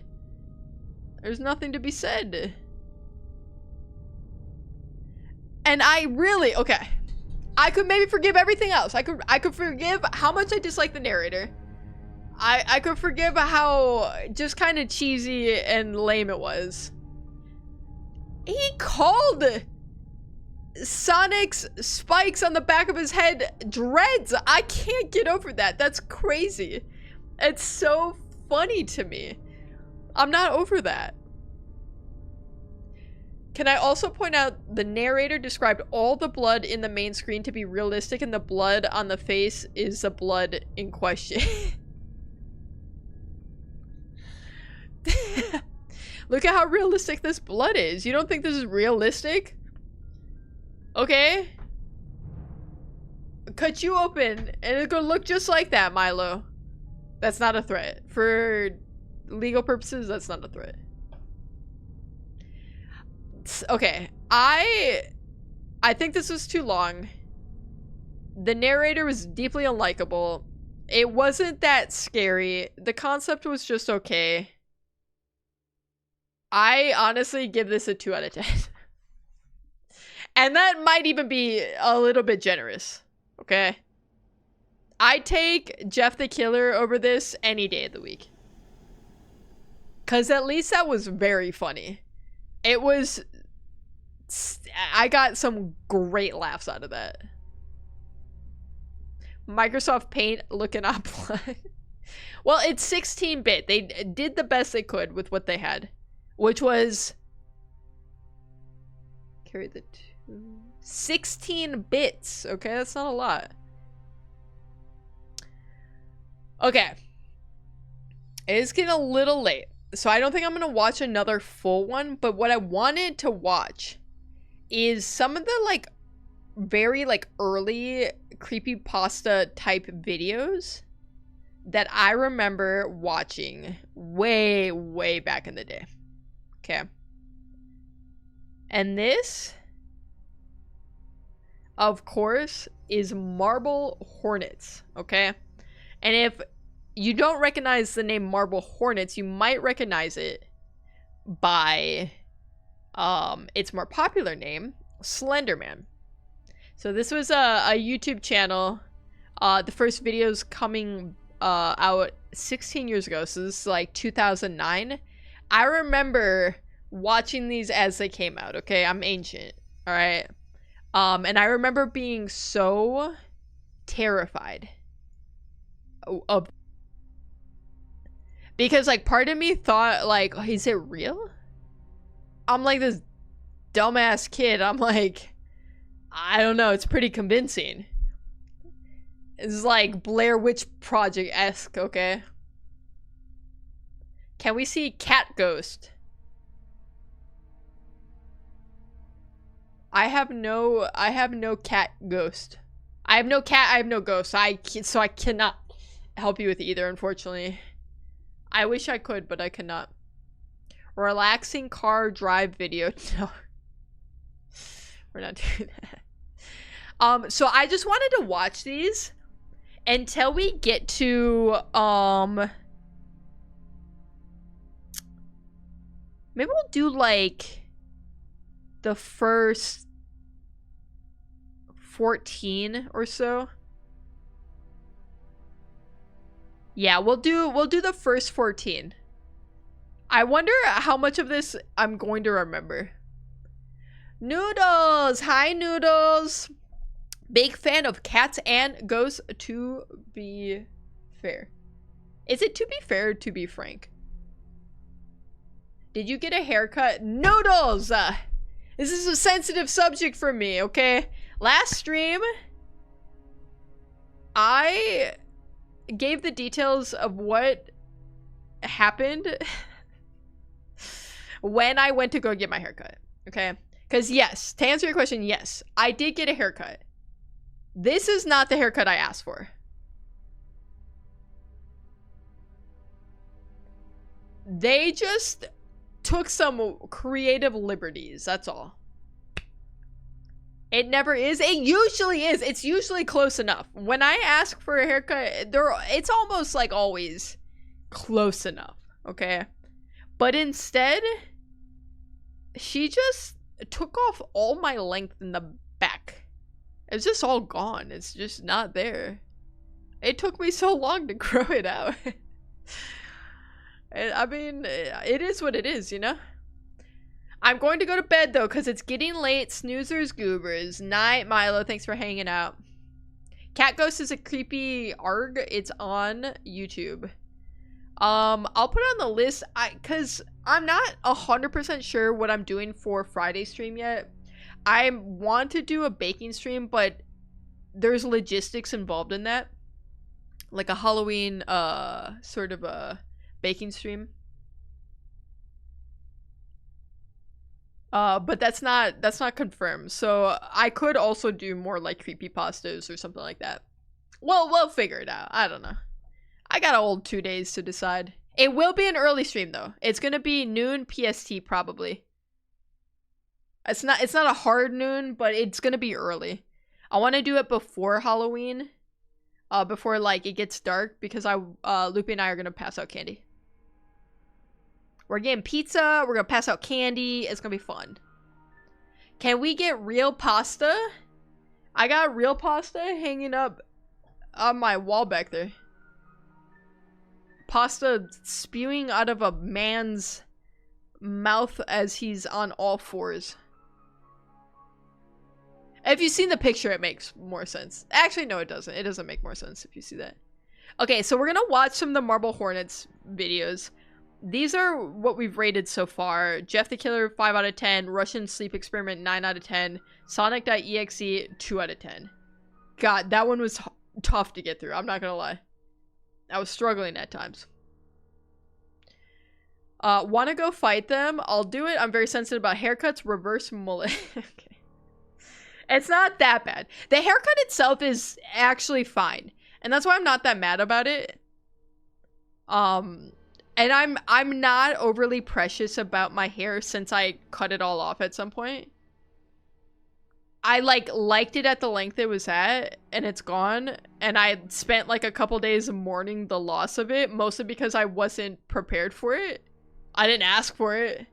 For the record, I showed a picture of what I wanted. This isn't what I showed in that picture. I'll tell you that much. But overall, I'm like, it's fine, you know? Like, it'll grow back. It's gonna take like 9 months for it to grow back, but we'll get there. Okay. Let me pause this scary music. Do I do that? I have to have a little, because I killed all the lights, because I wanted to be spooky, obviously. But I have like a white background up. So anytime I tab off of it, I'm just, look at this. I'm nothing. I'm it's so dark in here. I'm so sensitive about bad haircuts. I mean, that's valid. Haircuts are a really, really huge part of like the way you look, the way you feel. Like your whole aesthetic is very much centered around haircuts. So I get that 100%. When people like cry after haircuts and stuff like that, like I understand that completely. I just am not one of those people. I had my hair long, like probably like mid back to like, you know, like I don't know, bottom shoulder blades length. I don't know, long hair for my whole life until like maybe like 4 years ago, and I had Loopy buzz it all off. And it was like nerve-wracking, but honestly, I was so happy that I did it because I feel like it was just liberating in a way. Because I always wore my hair in the same way. I was always like afraid to try anything new, and then I was like forced to. I couldn't hide behind my hair because I didn't have any of it. And then as it grew out, it when you have shorter hair, you're kind of forced to be more creative with it sometimes. I don't know. It was an interesting experiment, and then I liked it. It's so much nicer having short hair, let me tell you. Long hair sucks. Grow hair with the Lorax song. I tried and it just didn't work. I don't know. And then I put on a sneed and it's I just went to bed. My identity is stolen, you know? I get it completely. Like you see people with like different haircuts and they can look like a completely different person. It's crazy. Okay, so video 1 of Marble Hornets, aka Slenderman. Let's rip it. I need a playlist. Hold on. Let me do some searching here.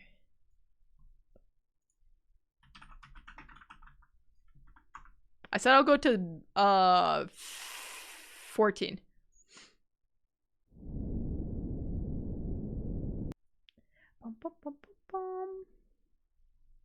Alright, let's get you guys back in. There we go.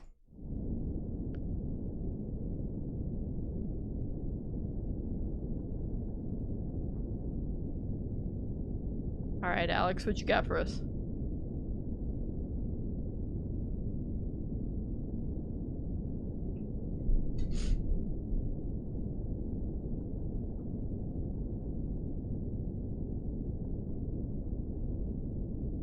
Okay, that just sounds like working too hard.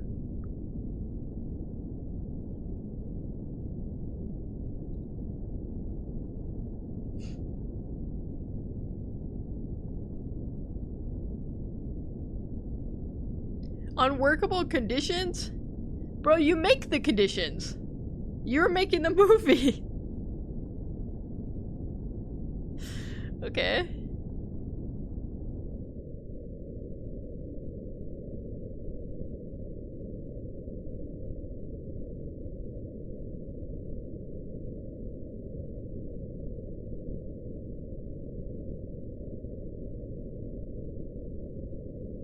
God, I do remember the ambiance being so good on these.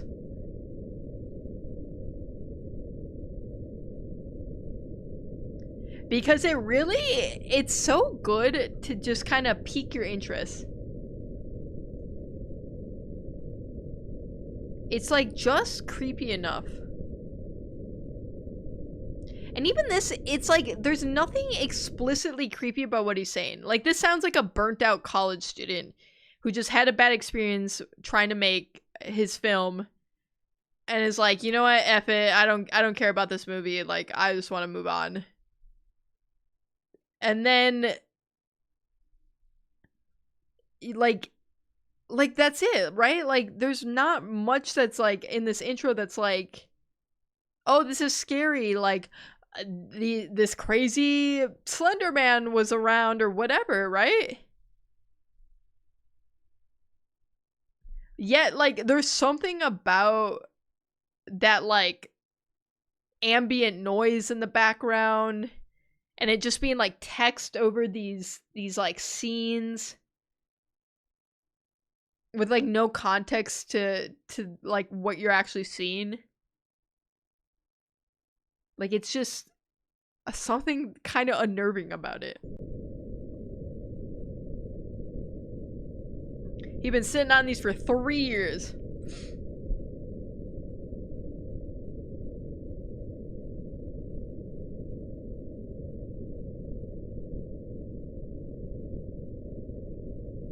And I feel like this video does a really good job to set it up where it's like this real thing, right? What are these? How do I make these subtitles go away? What the? Why was that the default for me? Blenderman and Renderman are the two entities in every 3D game project. It makes it feel like it could happen to you if it's so normal too. Exactly. It's very much like Blair Witch Project type thing. Where like you might think it's real at first. I mean, as a kid, I thought I knew like it has to be fake, right? But it was realistic enough, and the way that this story was told to me at the time felt like it could definitely be real. And that was the really freaky part to me.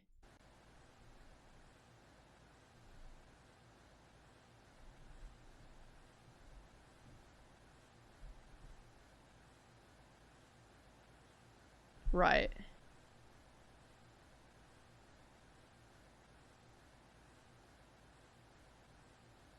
I'm gonna see it. It's gonna freak me out.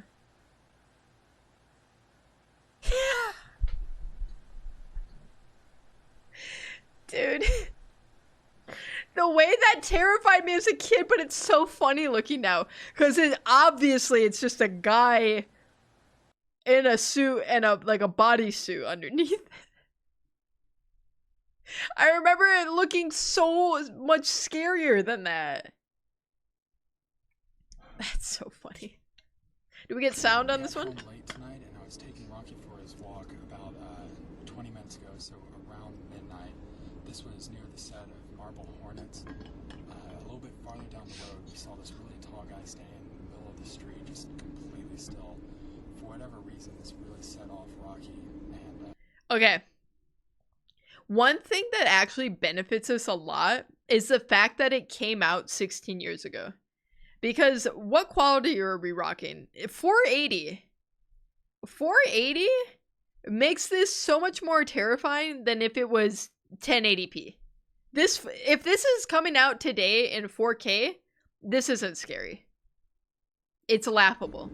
he got really scared. He wouldn't move, and he kept... I can count the amount of pixels in here right now. There was something about this guy that was just... it was strange. So, we headed back home. I have a little bit of time left on this tape, and I'm going to go see if he's still hanging around. In fact, I think this is the light that he was standing under. So I'm going to have a look here.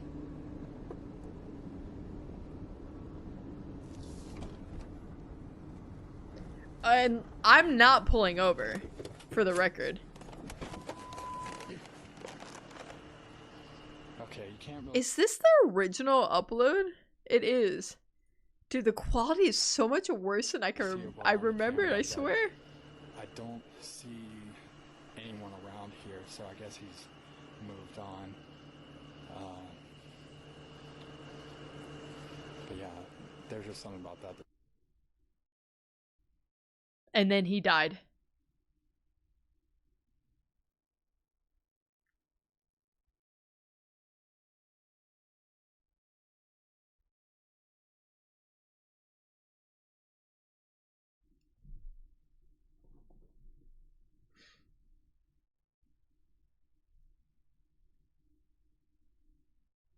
This is just Alex's descent into madness. Loopy, have you never seen this before? Have I never made you watch Marble Hornets? How do you just hold up, let me die in the woods real quick? Why does he get out of the car? That's the craziest part to me. You could just film from inside your car, right? That's wild. Dude, I still love how this story is told so well. It's so good.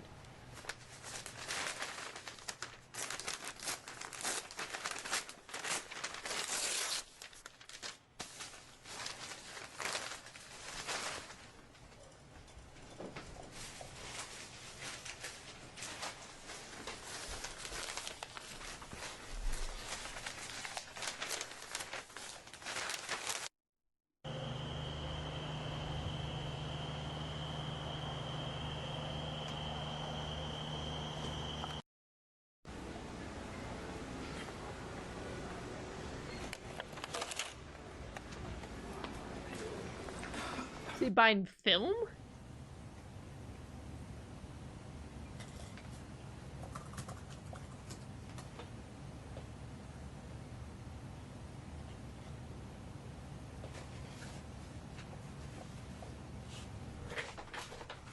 My poor boy Alex.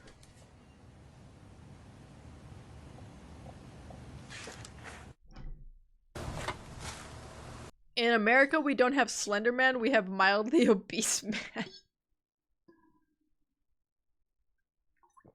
We have clogged arteries, man.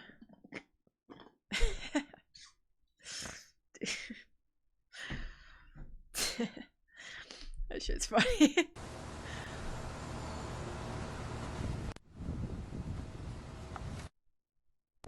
Of course he's not gonna be out during the day, Alex! Get a grip, man! Imagine Slenderman's just in the back seat. Just imagine for a moment, if you will.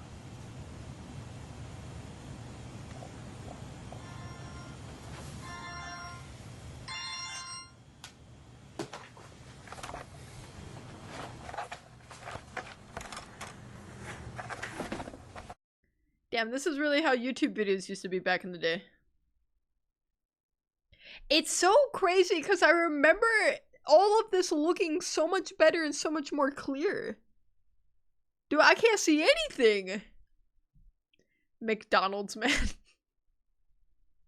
Yo, can we get some McDonald's? Except you only see Slenderman going through the drive-thru at dark. That's the only sightings.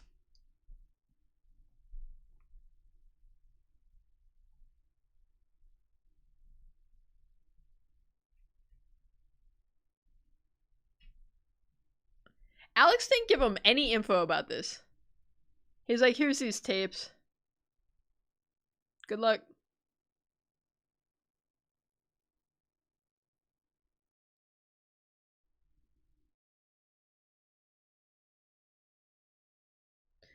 Oh my god, this makes me feel very anxious. I don't like this at all. Ah! I get that it's so goofy. Cause again, it's just a guy in like in a face mask and a suit. Just running across the screen. But it's just the no audio kills me. It makes it so much creepier. Like, it's so much more creepy.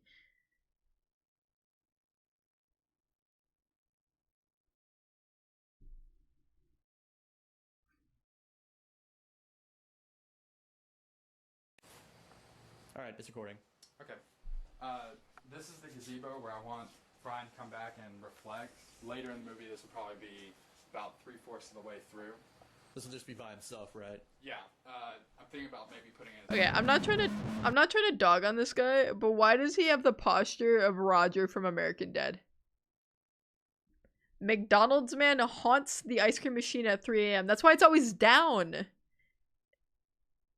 It's always broken because of McDonald's man.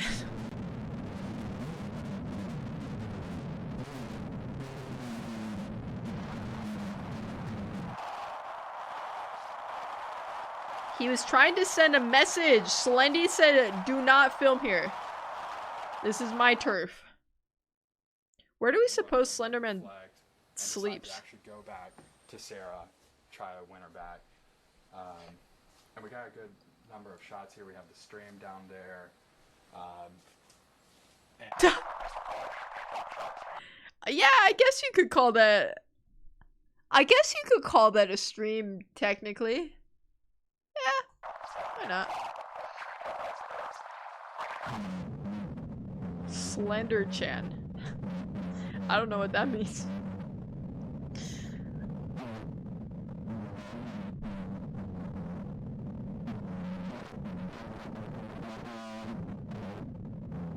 What you guys don't know is the audio is actually distorted because the cameraman accidentally spilled his Diet Coke on it. On the mic. Area. It's very... Classic. I don't know. Secluded, I guess. Alright.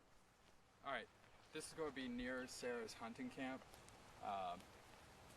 Over there is where we're going to do the bonfire scene. Over by the fireplace. Yeah.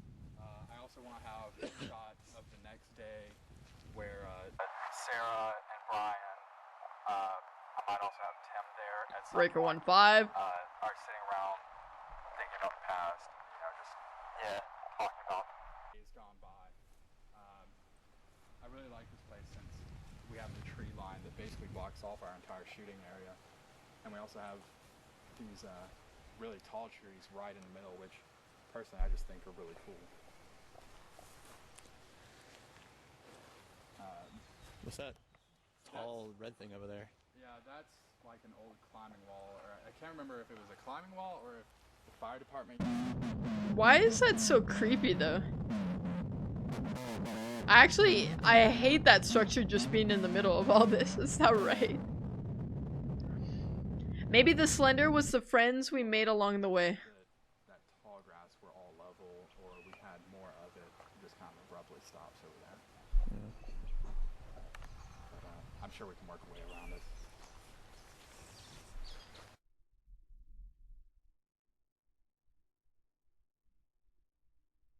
There have been numerous instances.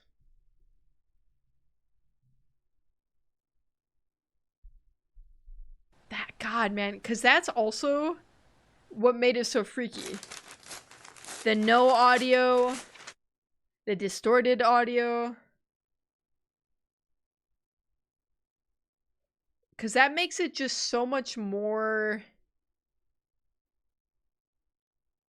I don't know, like... otherworldly, you know?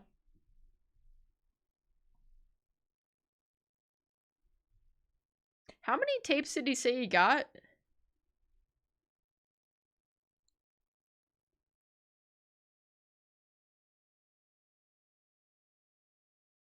Do you think anyone's went through all these clips and they've kind of determined the chronological order of all of the clips?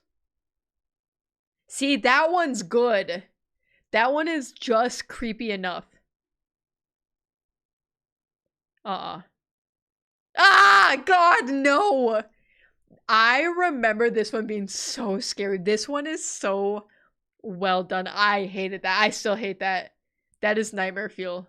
Oh my God. Dude. The no audio? Him lurking around the house? Dude, I hated that. Let's start again. Let's start again. To look at you. Yeah, that's fine. Yeah. Alright, I'm rolling, and just a second, let me... I thought you were talking to her. Oh, crap, I just lost this script. And I'm talking to Brian. Yeah, don't say anything, because the camera picks it up. Alright, you ready? Yeah. Are you gonna feed me Tim's lines? Yeah, just a second. Alright. Action. I don't know. This town just doesn't feel the same to me anymore. I missed it so much when I was in college. But now that I'm back, I just feel like a depressed teenager all over again. Stuck in a loop of unhappiness. Maybe you've grown up. I don't know. Maybe this town has grown up. Maybe it has. Listen, maybe it's a good thing that the film never came out. Not to dog on Alex here, but this was your best work? This is what we came up with? Alright, good. I don't know. Are we gonna do it again? Are we? No, we're done. Oh, he back there in the That's it? daylight. We're done. Okay. He was just back there in the daytime? Just imagining Slenderman walking by during the cringe dialogue. He's just trying to eavesdrop because he was like, damn, this is not good. He's just a lover of fine art and film, and he could not bear for the travesty of Marble Hornets to ever come out. He was just trying to stop it. He was doing his due diligence to the world. He loves his indie films, but not this one. Definitely not this one.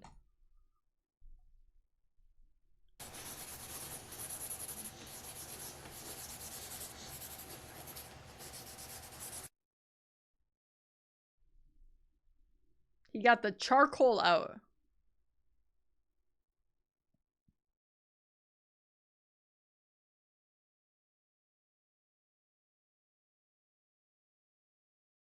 That's pretty spoopy.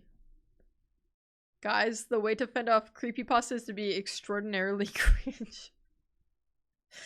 Then nothing can hurt you. To be cringe is to be free. Seemed really distant ever since he came back, you know? And? I mean, have you talked to him at all? No. Well, did he come back because of you? Because he never told me why he was here. These guys, their acting is... He went off to the city and that's that. Yeah. Hello, Juilliard? I got some talent for you. I mean, what's the plan now for you? What's next? I'm not really gonna do anything. We're gonna do it again. This is so 2000 aughts, like... Conversation. You guys still sound like you're reading off of the script. Let's just... Just the whole look. Let's do it again. Still, 8 takes. Still. Can we go yet? Remember smoking is bad for you? I don't think so. Well, no, we can't. If it was bad for you, why would you look so cool when you're doing it? That's what happens when you come out of public place. Good thing I didn't have anything to do later today, Yeah, you know? I know. I feel like I never noticed this when I first watched through these. Why we have a whole ass... There's children in the back. Just like having a play date. Obviously, we gotta wait to shoot this scene, right? Am I crazy? That's gonna... We can't fix that in post. Why would you have anything to do anyway? You knew you were coming on set. You knew this could take a while. Yeah, it was Obviously supposed to be an it is. afternoon shoot, though. You guys would do it right first It was time. afternoon shoot. I didn't even buy lunch Let's for just this do it shoot. Let's just do it again. Let's just do it again. Just stop. Alright. Action. He seemed really distant ever since he came back, Cut you know? from the beginning. Rolling. What? Roll. Did you not have it recording during the break? I told you to keep the camera recording at all times. Yikes. Oh. Alex is pissed. I forgot for a second. You forgot. I gave you one job. All you're supposed to do was come in here, set up the camera, make sure it doesn't fall over, and press record once. Oh my god. Don't stop it at all. I made this extremely clear. If this is gonna go on for a while, can I get a script again? You're saving time on the tapes. You helped me load up the car. You know how many tapes we have. If we run out of time on this tape, we'll get another. It's not a problem. I mean, how clear do I have to make This it? dude's a douchebag. You brought your dog. Theo, hi Theo. Oh my god, we got you on YouTube and Twitch. We are watching Marble Hornets, aka the Slender Man series. We're only watching to episode 14. The previous creepypastas we've watched tonight are Jeff the Killer, Russian Sleep Experiment, and Sonic.exe. And these are my ratings for those. Alex is about to slap a hoe. He might be mid-slap right now as we speak. Like, hands about to meet the face of the cameraman. I have to switch from Twitch to YouTube. Alright, well, I'll see you over on YouTube. How many sets is that? Memorize your lines. It's just a mistake. Memorize your lines. Maybe we'll get through this a little bit faster. Memorize your lines. Just don't read them right off the page. You gotta be a okay. little bit more human with it. Because Don't be I've had so... the script in every scene. Exactly. Yeah, you know, act. How about that? Oh yeah, that's real nice. You know, considering how much you're paying us and everything. Why would I pay you for what you're giving me? I mean, That's illegal. So I will text on both. Okay. I'm gonna be ping-ponging back and forth reading the chats, Theo. I think Slenderman is the union worker to the protect the actors. Wait! You're onto something. Slenderman says, say no to unpaid labor. really? Oh, that's real nice. Who else is gonna work with you with this attitude? Look, Yeah, you already spent I'm so much sorry. money on tapes. You can't afford actors anyway. let's just get it done with. All right? Let's just get it done. I'm sorry. Just don't stop recording. It's not a problem. Plenty of tapes. Okay, fine. Sorry.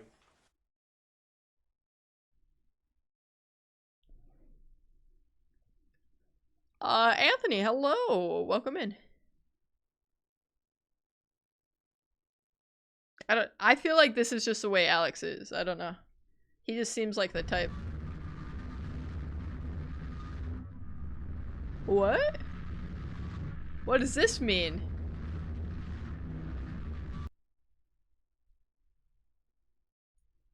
In a game I play, you can get chased by Slenderman in a squeaky wheelchair while collecting 8 pages. Well, that'd be terrifying. If I'm trying to, like, evade some sort of monster, and then I have a squeaky-ass wheelchair, I have nothing I can do to not make noise, that's freaking me out. I hate that. Slenderman is the climate activist protecting the forest. Oh, it's Climate. I was like, what's climate? I don't know what that is.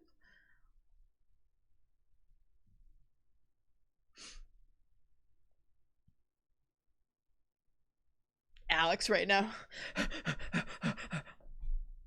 Oh god, that's literally what he's doing.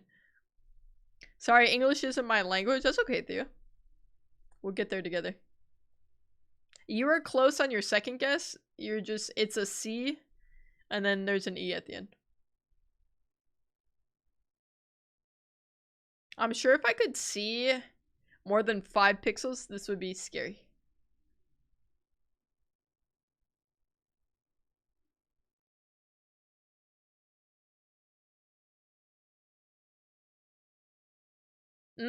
Nope. In the middle of the woods? No. No, Slenderman is in the wheelchair, and you can tell when he's closer. Oh!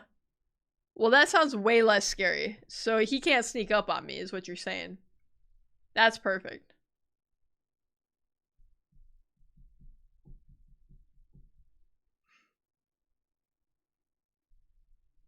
Reminds me of the Vita Carnes tapes. I'm not familiar with that. Oh. Oh! Bro, Alex, you gotta run better. Work on your cardio, because he's just right there the whole time. Okay, but to be fair, what has Slenderman done to him? He hasn't caused harm to him, as far as we know. Why is he so scared? It's just a guy, no? It's your friendly union worker. Don't forget to pay your union dues.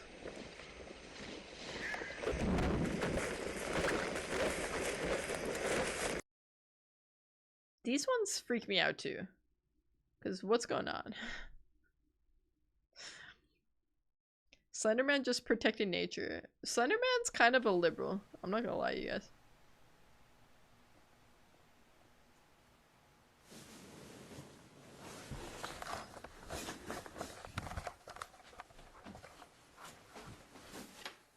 God, I remember this one. I remember this one. I hate I can't. That's a woker man.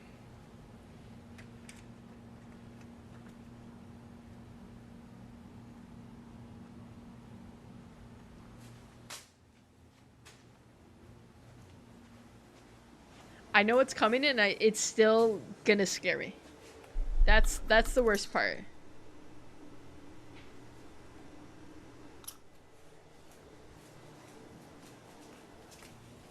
This was me for real after somebody tried to break into my house. For like months after, I would like wake up in a cold sweat and I'd have to go like check all the doors, like check that all the windows are locked. I'd check to this day, I still check every room before I go to bed. I check the closets, everything. I ain't messing around. Not me. That messed me up.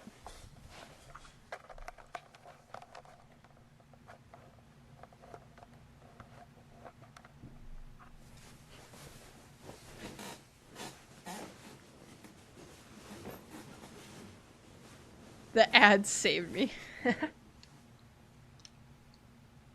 Slenderman doesn't discriminate, he goes after everyone. That's true. Deluge. Deluge. Deluge. Deluge. I'm looking at mattresses. Vixenova's in another world. I don't know. He'll move. Let's go ahead and get this shot. It's so hot. As long as we have the camera shot, just get set to control it, and we'll be... I'm looking at Google Pixel. Not in this part. Theo and Vixenova are both just in ads right now. R.I.P. Oh my god, I hated that.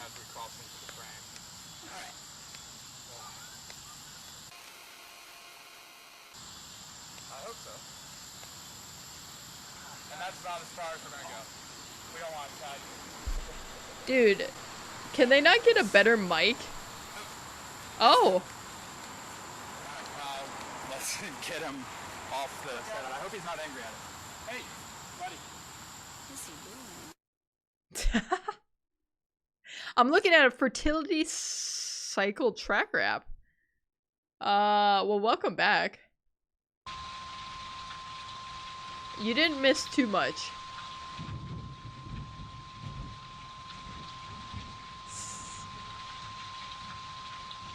Honestly, it's probably better in ads than out here in the real world. It's scary out here. I don't like it. Yeah.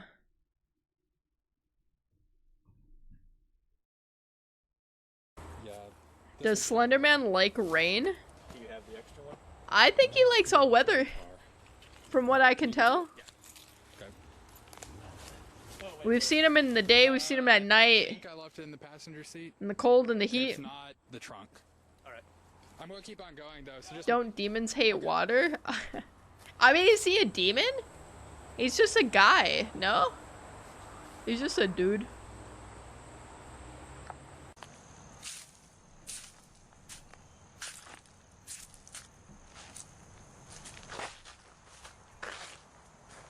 It's the Xbox logo.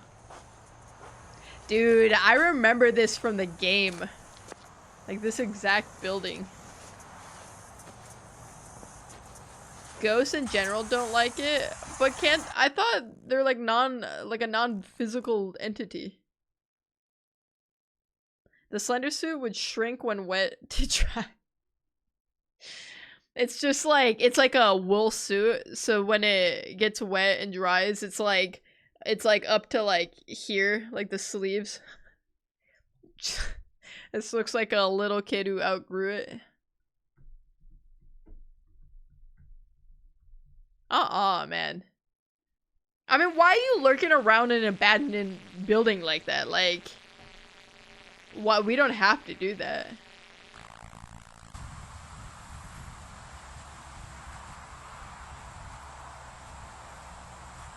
Is this Alex out here?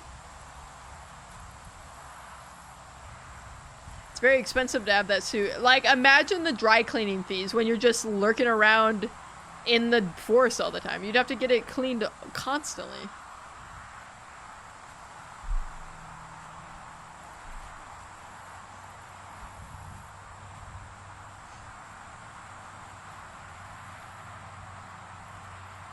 I just imagine like Slender Man walking across the sidewalk right now. Like nobody else notices. Nobody on the road or anything.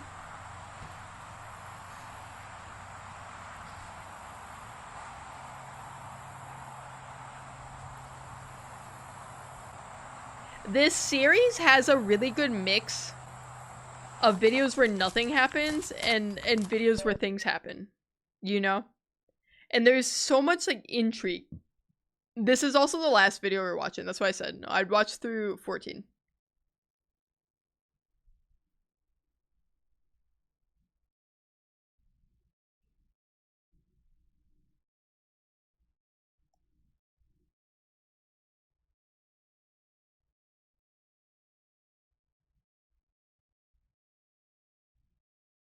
No.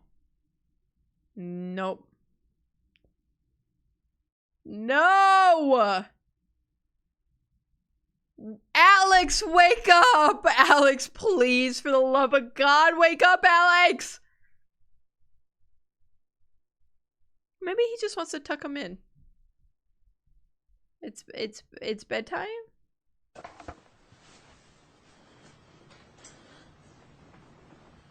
How does he not catch him? When I was little, I thought Slenderman lived in the USA. Like, Slenderman was like a legit person. I mean, honestly, it's plausible.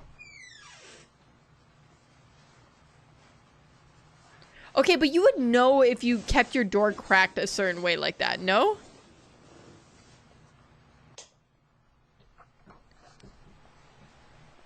I just feel like... Why? Oh, no explanation. I guess he wasn't just tucking him into bed. My bad. I was wrong. Oh, you weren't scared because you're like, oh, that's America's problem. That's not my problem. Over in Europe. We gotta get to Alex to get answers now. Dude, okay. Marble Hornets, man. Dare I say, okay, it's more cheesy than it was at the time. Granted. But is it crazy to say that it kind of stands the test of time a little bit? There's a couple of filler episodes, like the one where the actors are talking. It's painfully bad. It's painfully cringe. But everything else is really, really well done. And I really like it. It's kind of like peak to me. I can't speak for... I don't think I've ever watched the entire series, so I can't speak to that. But everything is so good on it, you know? I don't know. I'm a big fan. Because when it's good, it's so, so good. When it's bad, it's just alright. You know what I mean? So it's not like there's these really low lows to balance out the high highs. I feel like there's high highs and then a lot of it's just like okay or good, you know? Eternal bed for real. Safety hack, close all your doors at night to prevent fire from spreading faster. Oh, that is a good safety hack. Also, make sure you have fire extinguishers that are not expired in your house. Did you know fire extinguishers could expire? They do, like every 10 years or so. And you also have to get them serviced. Good to know. Thigh highs. That's talking about something else. You have to check out Vita Carnis. Maybe if I do more one day, I will. If I do more creepypastas. I'm giving Marble Hornets.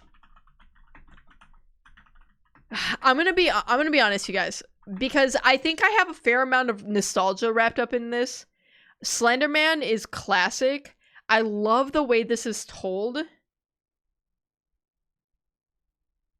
It's a 10 out of 10 for me. I do think it stands up. Listen, I understand some of it's a little bit cringe. I'm not denying that, okay? But it's fun. It's really scary at times. It's unnerving almost the entire time. It's just good. I love the ambiance. I love the uniqueness of it. And it is so, so iconic. I mean, come on, you know? And now, I promised you guys a palate cleanser. I promised you. Give me... They're all gonna be 10 minutes because that's when you get max revenue. Give me some shorts.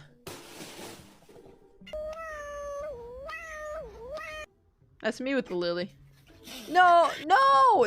This video's making me upset. They're all just getting hurt. These are all bad. Give me something fun. Yes, now we're talking. That's me with Dorothea. Except she likes kisses now. Guess I'll just wipe my ass with my freaking hand now. Stop, you're scaring me. I love this ratchet cat. Scaring me.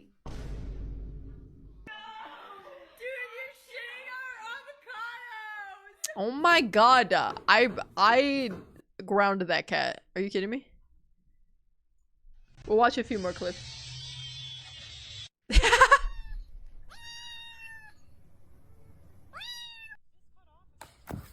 I've never had a kitten.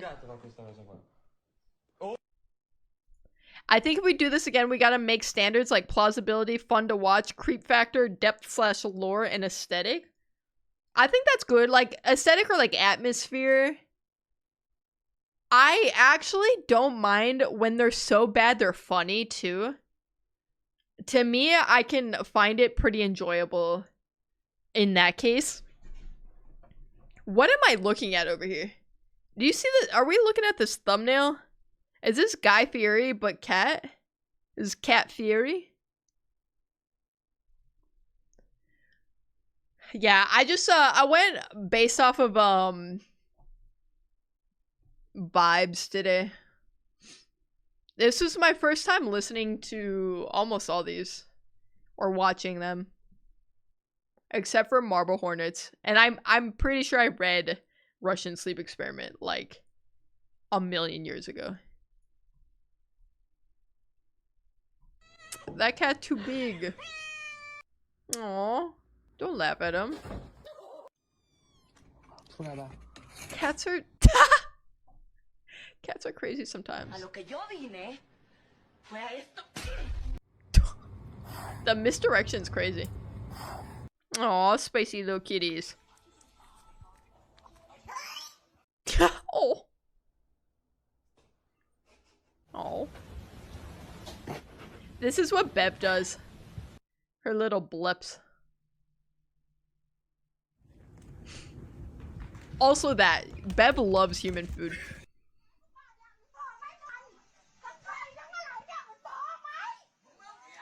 You seeing this shit?